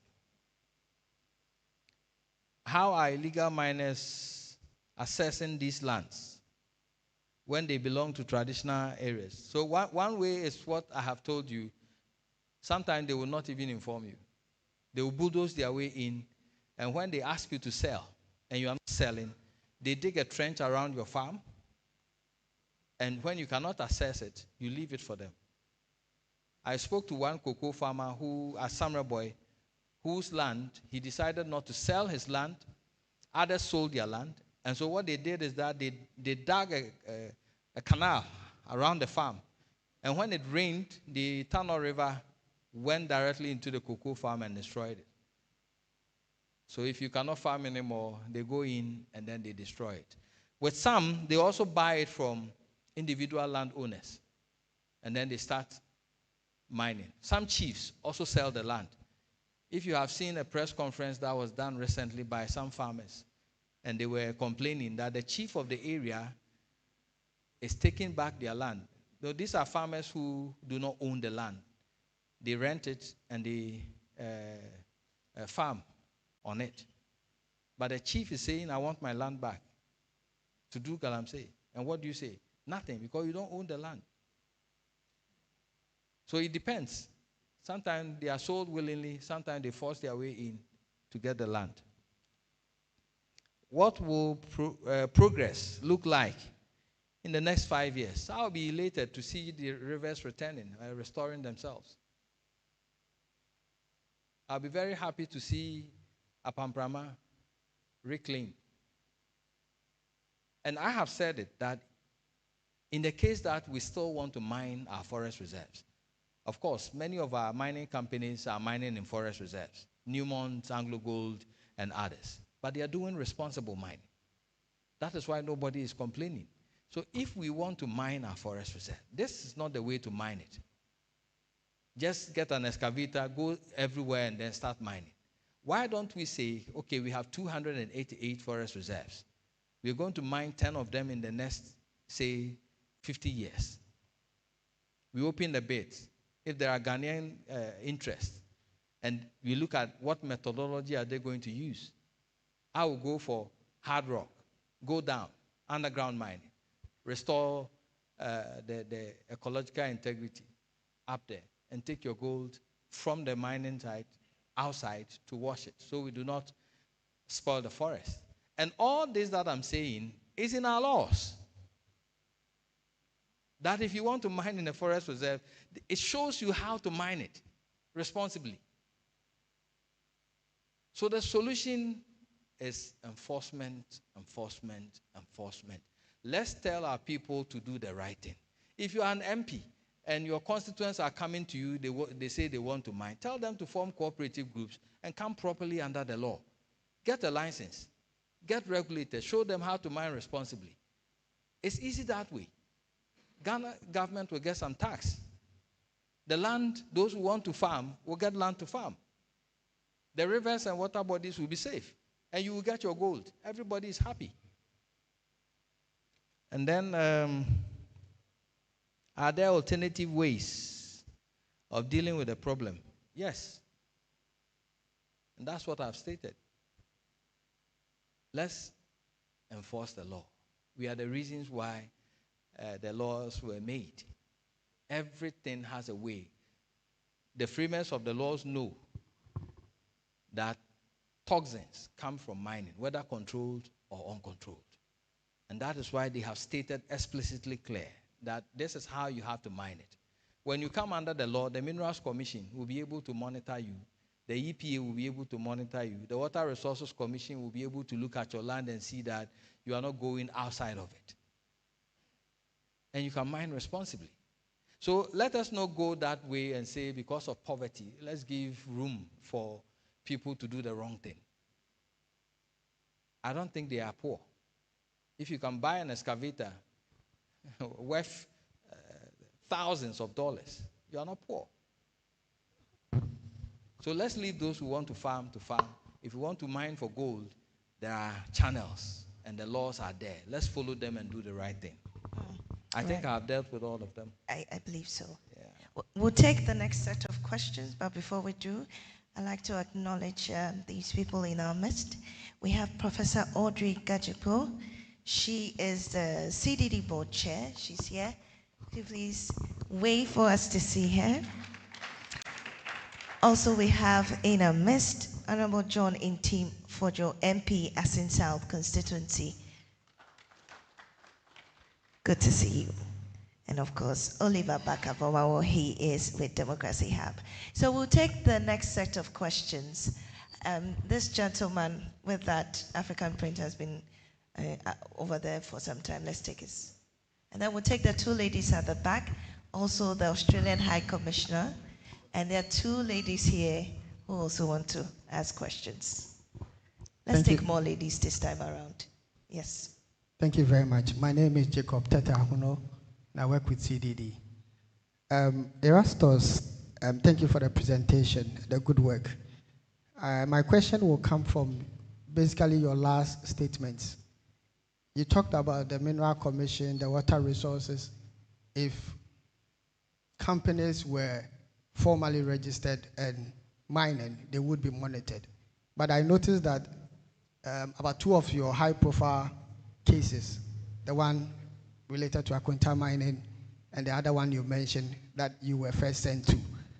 These are companies that somehow had been registered with the Mineral Commission. They had licenses to prospect, but they were going beyond that. I was going to ask the role of Mineral Commission in all this, especially in these profile cases, because community members cannot decipher the difference between prospecting, land, mining lease, or recognizance license. How does the Mineral Commission play its role to at least educate the community members to identify that this person coming and telling me I have a license is actually the right one and being allowed to mine? So because if they have such a document, they can penetrate and deceive the community members to be able to do what they want to do. Thank you. Let's keep our questions very brief so we can have brief responses to them. Please come here. There are some ladies here. Let's take them, and then the Australian High Commissioner as well. Hello, and thank you,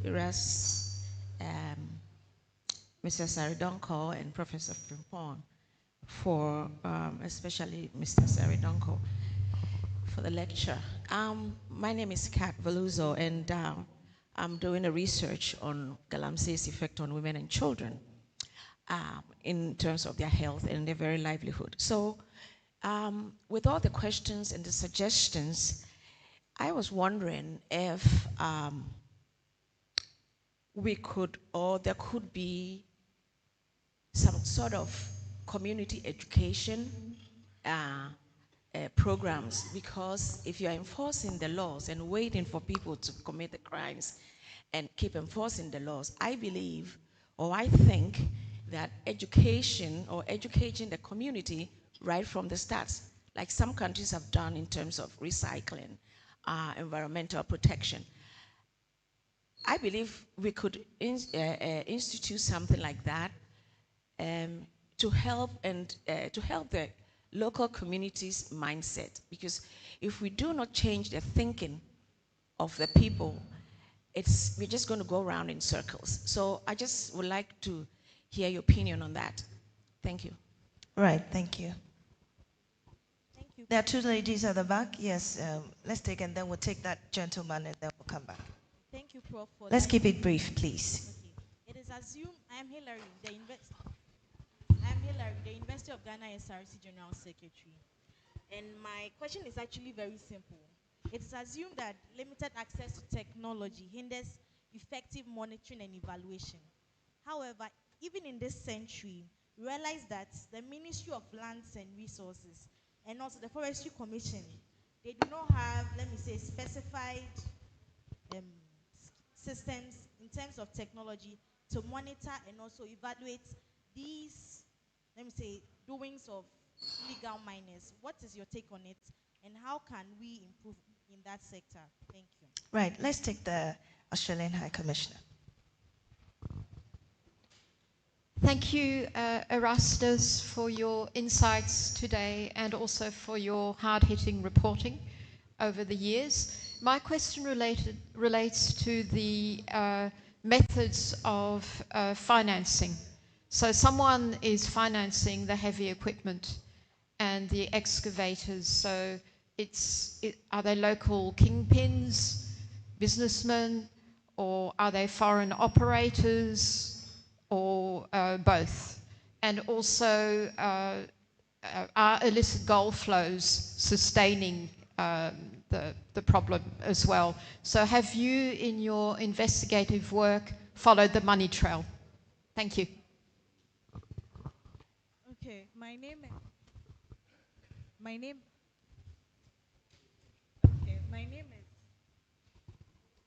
name is Sandra Abinabansa from University of Ghana and also a volunteer at Radio Universe. So my question is, we have Gold Board set aside as the regulatory body to oversee the issuing of licenses to off-takers or aggregators who want to trade in gold.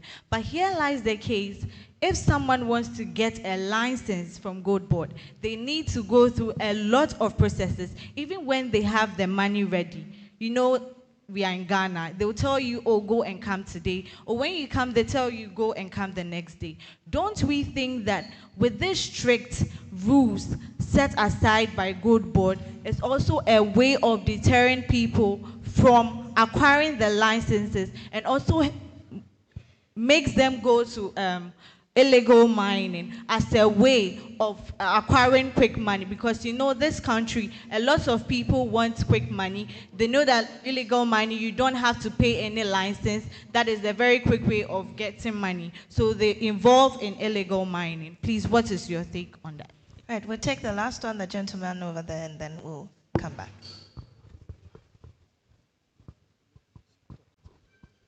Good evening. My name is Ya Sapama Tete. I'm a pensioner and a concerned grandmother. I want to say thank you, to Prof. and Erastus, and especially Erastus for his diligence, perseverance, and his moral courage. Two questions. First one, Erastus, what keeps you going on in the midst of danger to your well-being? That's the first question. Second question, do you think it is time for the president to declare a state of emergency now? Thank you. So we'll take the last one for this batch. We'll come again for the last set of questions. Thank you for the opportunity. I'm Michael, a student from University of Ghana and an aspiring economist. So mine is more of a contribution. So I think maybe the government is not looking at it in the right way, or it's looking at it in the wrong manner. Let's look at this way. You see, most of the people engaging in the illegal mining, it can be that they don't find a rightful means of living. So the very quick way of earning a living, or like finding a rightful means of living life very well, is through this illegal mining. So I suggest that the government can make work more accessible to people in where they find themselves. You see, with that, it projects it to the long-term goal. When they get meaningful works to do, they will stop these kind of mining activities that destroy the environment. Thank you. Thank you very much, Erastus.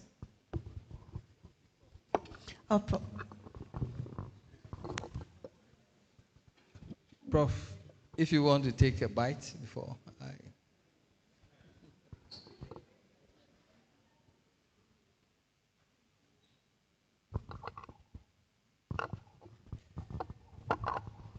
Well, I think this Galamsey thing is very complex.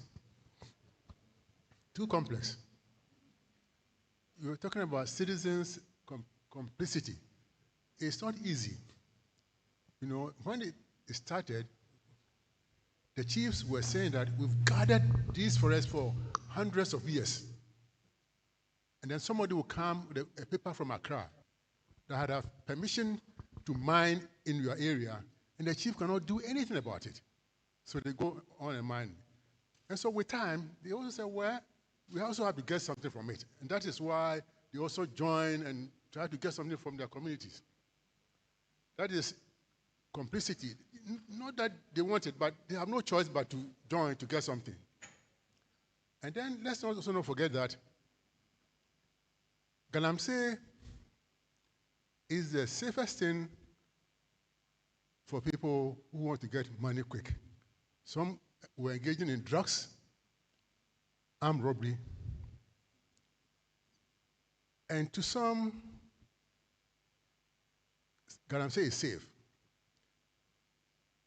And to some people in the, not the soldiers, in some of the law enforcement things, Galamsey is safer than going on peacekeeping. Now, look at the officers, let's say police officers who have asked for transfers after the change in government, asked for transfers, look at the transfers into some of the Galamsey areas, who have requested to be transferred to Galamsey areas. It will tell you a story. It is very complex. Also, governments don't learn from the previous ones.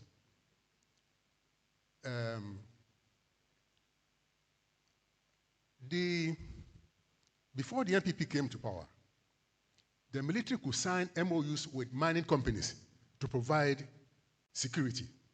That is why the C&J Alaska was able to engage people, including Captain later Major Mahama in Diaso. That was something between the army and the mining companies. That thing was stopped by the NPP administration, which was good. But then there was no proper follow-up. And also, for example, my team, we bought a lot of equipment, boats that were able to carry the chamfans and things on the water bodies. We will not burn them. We will carry the thing away. And we had two deposits, one in Kumasi and one in Takoradi. The idea was, at the same time, we were building a foundry and machine tool center at the atomic energy. And we see no country develops without the capacity to make machines or to build equipment. So we're going to gather all these metals to the foundry site, melt them, and create things. Let's say drain covers or something. And when we were stopped, all of them went back. All the things that we've confiscated were taken back from the depot in Kumasi and also in Takoradi. And then the machine 2 project 2 has stalled. It's not working. Because if we don't have create work, jobs for people, technology, this is what we do. So it is a very complex issue, and it's CDD, the government, we have to sit down, you know, and really go into the details of some of these things. Otherwise, it is almost impossible to stop it, because if we cannot stop these things, it means that very powerful people in the state are involved. That is what I know. It's not the ordinary, you said, oh, people, a form of living, they want a livelihood. No. Some of them are rich people, greedy people who want plenty of money, not livelihood. Thank you. Thank you, Prof. With the Minerals Commission, the question was role of Minerals Commission in dealing with companies who have licenses but were doing the wrong things. Let me tell you about what we found. In fact, Prof was the one who sent us on that mission. We found that the company was doing prospecting. In fact, they could not even show us the prospecting license itself. They said they had a prospecting license, but when we demanded it, they could not even show it at the time. But here they were. Prospecting is done in a way that those of us who know about how it's done, you're supposed to use simple tools to drill and then get the data, go and do your research, present that to the Minerals Commission for processing of your license. So you are not supposed to, by law, use heavy equipment. But when we went to the forest that day, they had about 35 excavators in the forest. And they had already mowed it down, and they were washing plants and other things within the forest, indicating that they were not doing prospecting, they were mining. It's a crime. But the Minerals Commission at the time did nothing. I don't know why. And I had a problem with the former boss of the Minerals Commission because most of the times he tells you that these are illegal miners, so we do not recognize them. We don't see them at all.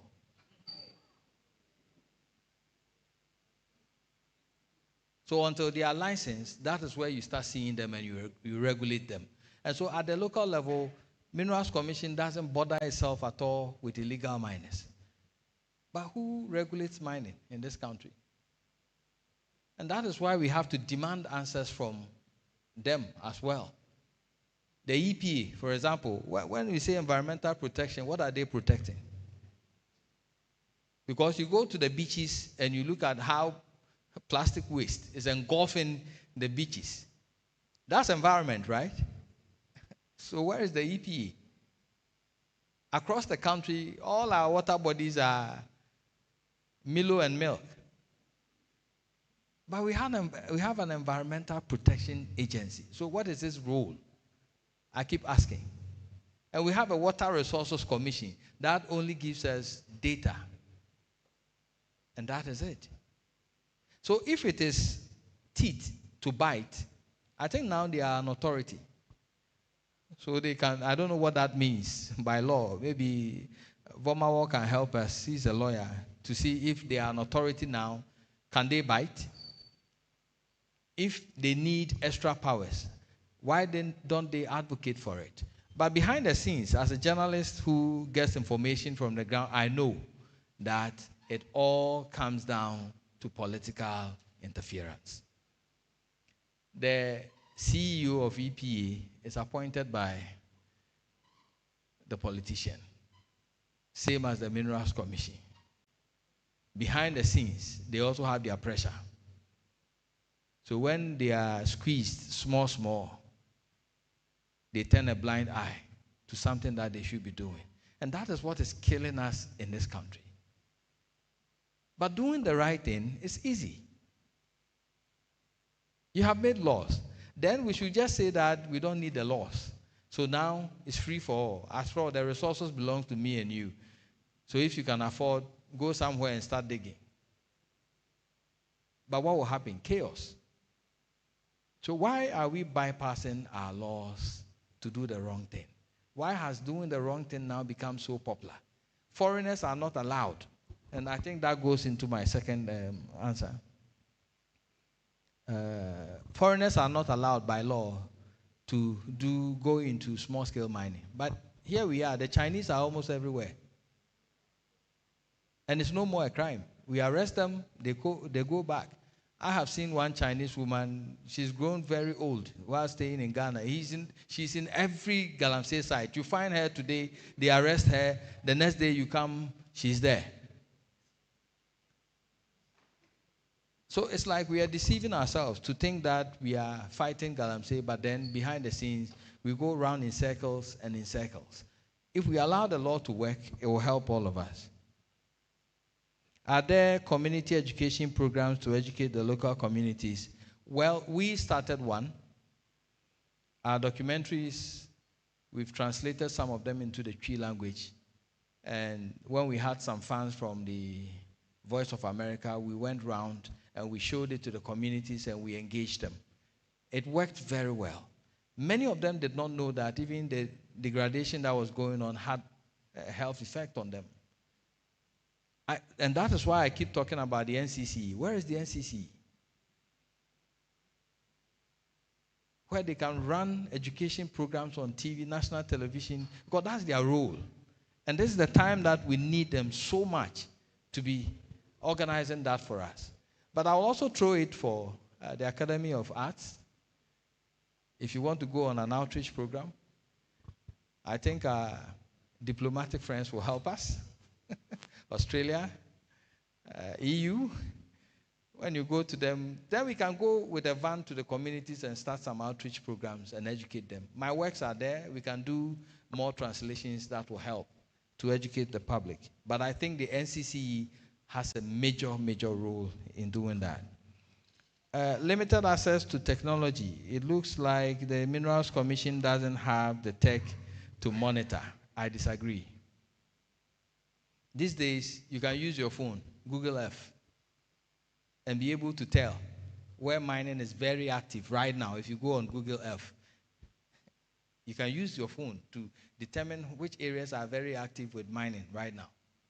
So you don't need rocket science to determine where it is. They know. Some of us, we send daily reports to certain quarters. And I tell you, it takes forever.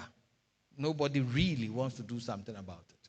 Sometimes they act, sometimes it lies there forever. Who are the financiers? I wish I knew. But I have an idea. In the Galamsey field, we have what we call sponsors. They are in grades. So the sponsors could be ordinary Ghanaians with money, businessmen with money. Some of them are also politicians who pump money indirectly into the Galamsey activities. When I went to Abesia, Abumpe, and other towns within the Achumampunua district, the champagne machines that sit on the riverbeds belong to certain key people within the community who had money. They bought the machines for the boys, and they make daily sales. When I went there, it was 1,000 cedis a day. So the operator sits somewhere. He doesn't come to the field. He's not part of the operation, but he owns the equipment. And so they make daily sales to him. In some instances, those who dig, which involves excavators, they rent the excavators. And so the sponsors are the ones who rent the excavators for the boys to work with. And he supervises it. And they are forced to sell the gold to him when they get the gold. So he's the sponsor. And that sponsor could be anybody. Sometimes it's the Chinese. Sometimes it's a faceless somebody sitting in Accra who has never been to the bush but is sponsoring with his money. Occasionally they bring the gold to him to buy. And then we have the other ones. The Chinese have real money to spend. I'm telling you, they come with investment. They come with equipment. Most of the time, they sponsor. They let the Ghanaians register under their names in the small-scale sector, but they are the real owners. These days, they are bold enough to drive the excavators themselves, and I have filmed them so many times. So that's how it operates. There are sponsors, and there are people, intermediaries, those who operate. So sometimes they push the money, and then the boys work, they get peanuts. But the real owners of the excavators are somewhere. And so it costs like 6,000 cedis a day when you rent an excavator. You will also have to pay the operator to man the machine for you. Some of them are rented. Some are bought by bigger people who own bigger concessions. And then the other one was Gold Board. You said applications to get licensed with a Gold Board is complex. Well, I don't know whether Gold Board itself issues licenses for mining. No. But licenses to sell the gold to them, I doubt. Unless you have a personal experience to share. And personally, I don't have a very big problem with setting up Gold Board. And this is why. Because the gold that were being mined, whether illegally or legally, one, the country is not benefiting from the gold that is being mined. So it's being stolen. They are leaving the pits for the taxpayer to reclaim. And then the Indians and the Chinese smuggle the gold out. And so we are also denied of foreign exchange. Double slaps like that, it was bad. So to set up the gold board to now purchase the gold, to me is a good thing. But I have always told the CEO that don't be complacent buying illegal gold. But you should be moving towards traceability, encouraging sustainable mining. And so if it's a process, let's quicken that process so that we will not be buying illegal gold. And that is why we are not able to sell on the European market and make good money. We are selling in the United Arab Emirates and other areas where the value we are getting is smaller. But if we are able to go with traceability and we are able to buy gold and be able to show where the gold is coming from, the value will go higher. We'll get more foreign exchange.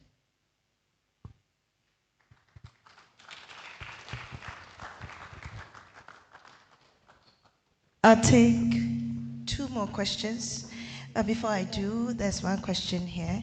It says, Ghana's laws already regulate the sale and use of hazardous chemicals like cyanide and mercury. Yet these substances are still easily purchased and widely used in illegal mining. How do we explain this gap between regulation and practice? And what concrete steps should the state be taking to control the supply chain of these chemicals if we are serious about tackling Galamsey? And this is from Dr. Edem Salome. So I'll take 2 more questions because our time is fast spent. From the gentleman in the white and then the man waving his hand at the back. Then we'll take the man in the brown and then we're done. Thank you very much. My name is Joseph Kobla Wemako. I wear so many hats, but tonight I identify myself as a concerned. This whole fight is concerned. And I would like to find out, it looks like fighting Galamsey has become a daunting task. Nothing at all seems to be working. Now, I'd like to find out, Erastus, you have enlightened us so much this evening. And I would like to find out from you the role of CSOs. I was at an event at Somanya speaking to farmers recently. That was last month. And a question was thrown to me as a special guest of honor. They are like, what is the role of CSO? Have we seen the CSO doing enough? And I was trying to speak for the CSOs, but it looks like all the things I'm saying, they feel like we are in bed with the government. So I would like to put that question to you. Do you see the CSOs doing enough, CDD-Ghana and others who are involved in this fight? Do you see them doing enough? Secondly, people are calling for state of emergency. Do you support state of emergency? And I also like to find out from you, if you will the ultimate power to stop this nonsense, suggest 3 things you can do to end it today for us. Finally, we can't take any more questions, please. I beg your pardon. Let others also have the opportunity. And please, let's be decorous in our output. Very briefly, please. All right. Thank you very much. I'm Elam Ayale from West Africa Civil Society Institute. So I have 3 questions. Mr. No, Erastus. you can't ask okay, 3 let me questions. ask Just one. All right. Just one. So based on your work, research, and engagement you had with the various communities around this Galamsey issue, what will be your top 3 root causes for this illegal mining? Because I believe that if you are trying to provide solution, we need to understand the root causes. So what are your 3 root causes you identified during your work? Thank you very much. Let's move to the next person very quickly. Yes, the gentleman at the back. Okay, Reverend, very quickly, please. All right. Congratulations, Erastus, on the very insightful presentation. Of course, your boldness and consistency over a decade in the front lines, the fight against Galamsey. I'm John Intimfojo. I'm conducting a research on the socio-political dimensions of Galamsey. You've been on the field. From your presentation, you have successfully portrayed how Galamsey has become so sophisticated to the point where politicians are afraid to touch it, security agencies are run away from it, enforcement agencies are busy turning their back on it. What complexity is within the formation of the perpetrators in illegal mining, for which this canker has become as bad as it is today, transcending security threats, environmental threats, and biological threats? Thank you. Thank you, too. Let's take the gentleman in the black here. Yes. Very, very briefly, and then we can... Okay, thank you very much. I'm Akoto Ampa, representing the Ghana Medical Association. So everybody talks about state of emergency. The previous government resisted it. This government is resisting it. What at all would happen when the president declares a state of emergency? It is in the Constitution. But what will happen? Nobody is talking about it. Everybody is asking about it. So if anybody here can tell us that if the president declares a state of emergency with Galamsey, this and that would happen. And I think that we all can understand. Thank you. Thank you very much. So that will be it for the questions. And Erastus, I believe our mother asked what keeps you going, and also the other question about the state of emergency. Yes. Let me start from there. Sorry, I missed it. What keeps me going? I have children. I have 4 children. My dream is to have a small cottage by a beautiful river, grow my potatoes and vegetables, retire quietly, and watch my grandsons grow. But I don't see that idea materializing, even in my hometown, Jakobu, where the river Oda is so polluted. And this is what we are leaving for generations unborn, whether you like it or yes. We are leaving them with poison. So it's like you, as a father, you have children, and what you are leaving them is an environment that cannot sustain them. And I have a chance to do something about it. That's why I'm doing it. We face all manner of threats. I wanted to talk about it. It escaped me. Let me share it briefly. About close to 2 months ago, somebody who follows me on Facebook, we bear the same name, surname, Donkor. I don't know whether the people who are monitoring me thought he was my brother or a relative. They sent him a message on his phone that we may not get Erastus himself, but we will send him your decapitated body to serve as a warning. I asked him to report to the police. He did in Accra. I also reported to certain quarters. Then, about 2 weeks later, he was stabbed. Yes, below the ribs, by 2 men on a motorbike. I reported it again. He has also filed another complaint. It's been about a month now, nothing.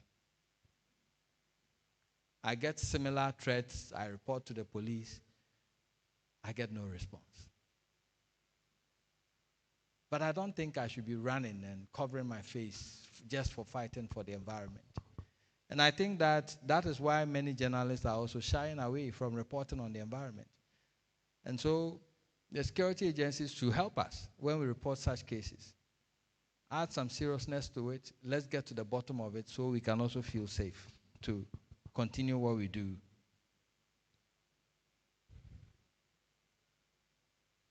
So the question was, cyanide and mercury are banned. Why are we still getting them? I understand the cyanide is coming more from Burkina Faso. And many of the Burkinabes know how to do the leaching. They are experts. And that is why in all the areas I've gone, you see that the leaching is done by Burkinabes and Ghanaians. We have signed the Minamata Convention. But I don't know why we are still selling mercury on the open market. It's something that I think civil society organizations and CDD and others should be asking those questions to government to find a solution. The role of CSOs, are they doing enough? Well, they are doing something. They are doing something. As to whether it is enough, I don't know. But they are doing something. CDD has just organized this lecture. It was widely publicized. It is further strengthening dialogue on it. We thank the Diplomatic Corps for sponsoring it. We need more of such. And I think Media Coalition Against Galamsey is also doing a lot. Arocha Ghana is doing a lot. In fact, they have been sponsoring many of the trips we do into the forest reserves. Daro Bosu and the others, Kenneth Ashigbe and all that, they are helping. Yes, we want to see more. But the question is, what are ordinary citizens like you also doing? Do we fold our arms and say the fight belongs to somebody? In Ghana, we all want to watch. No. We all have to get involved. So you don't leave it to Oliver Vomao and his people to be going on demonstrations alone. The least opportunity we get, let's add our voices. We have scientists in other universities who have done works. It doesn't cost much to hold a press conference and get your information out there to enrich the public discourse. That's your contribution to the fight. The Pediatric Society of Ghana is coming up strongly, and you see the data they are now preparing, and they are talking about it. We need more from the GMA, the Ghana Medical Association. Don't let us sit on the fence. You hold the data, bring the data out, enrich the discussion. So it will help all of us. Do I support state of emergency?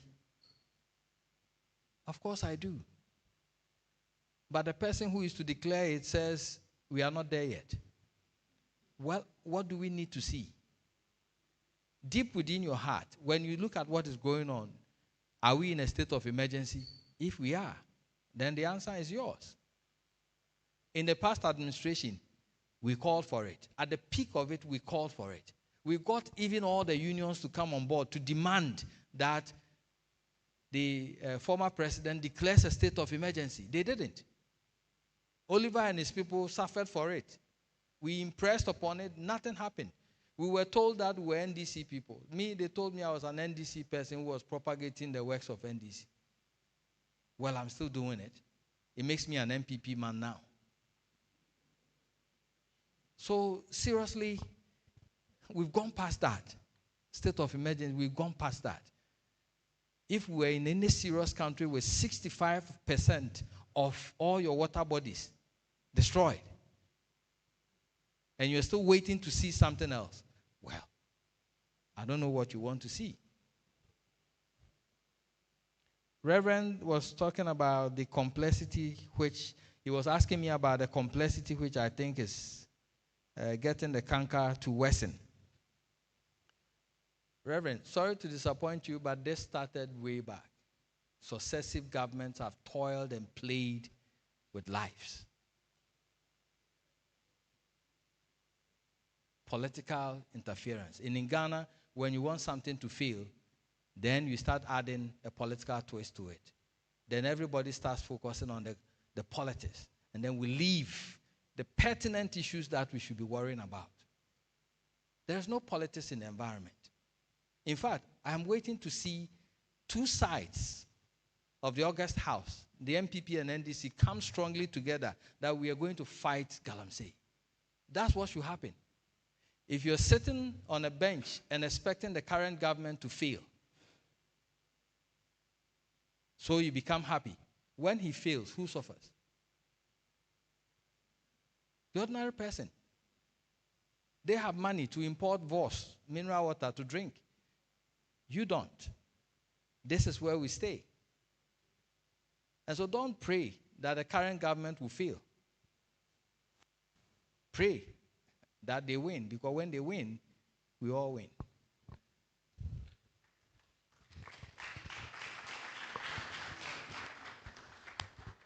I think we can do it better tonight. It's been an amazing lecture. And I'll let our chairman, Professor Frimpong Boateng, have the last word.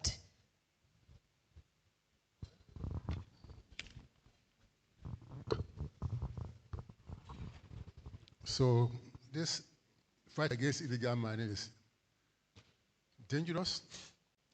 As of now, I have 4 cases in court. 4 people, 2 of them very prominent in the former, my own party, have taken me to court. In one of them, Erastus is my witness. So you can imagine what is happening. So he has told us everything. The thing is complex. A lot of people who have presidential ambitions are building their war chest with money from illegal mining. So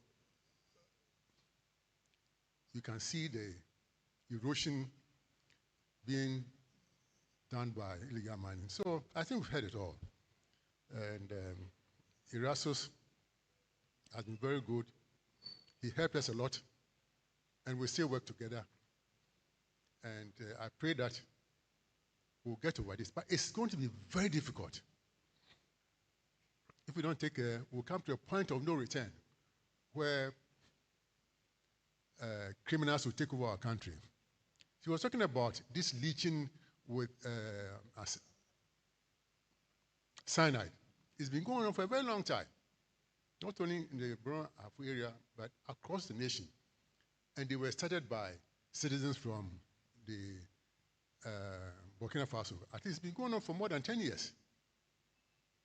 Originally, there was a company in Tema called Sankofa that bought the tailings from the illegal miners and then processed it with cyanide, because they can extract at most 40% of gold. The rest will still be in the tailings. But these Burkina-based are very good at that, and Ghanaians are now learning. And so we need to take action. It is very serious. And let's not get the military. This is what I've learned. We have a very good military. Ghana Army has been excellent in peacekeeping, probably the best peacekeeping nation on earth. Per capita, as I say, from independence, Congo, everywhere. But I've learned that we don't keep soldiers somewhere for a very long time, for them to get used to civilian things. So let's not get the soldiers involved, but those who are trained to maintain internal security should be engaged. So thank you very much for allowing me to chair this function, and let's pray that we all contribute to make this fight a success. Thank you. Thank you very much, Prof. It's been a pleasant evening. It's been exciting. If tonight felt like a spark, then good, because sparks start fires. And they carry that fire within you and ignite new ideas, new action. On that note, and on behalf of the CDD, we're grateful for coming for tonight's lecture. Have a good evening. There's reception outside. Have fun. Thank you.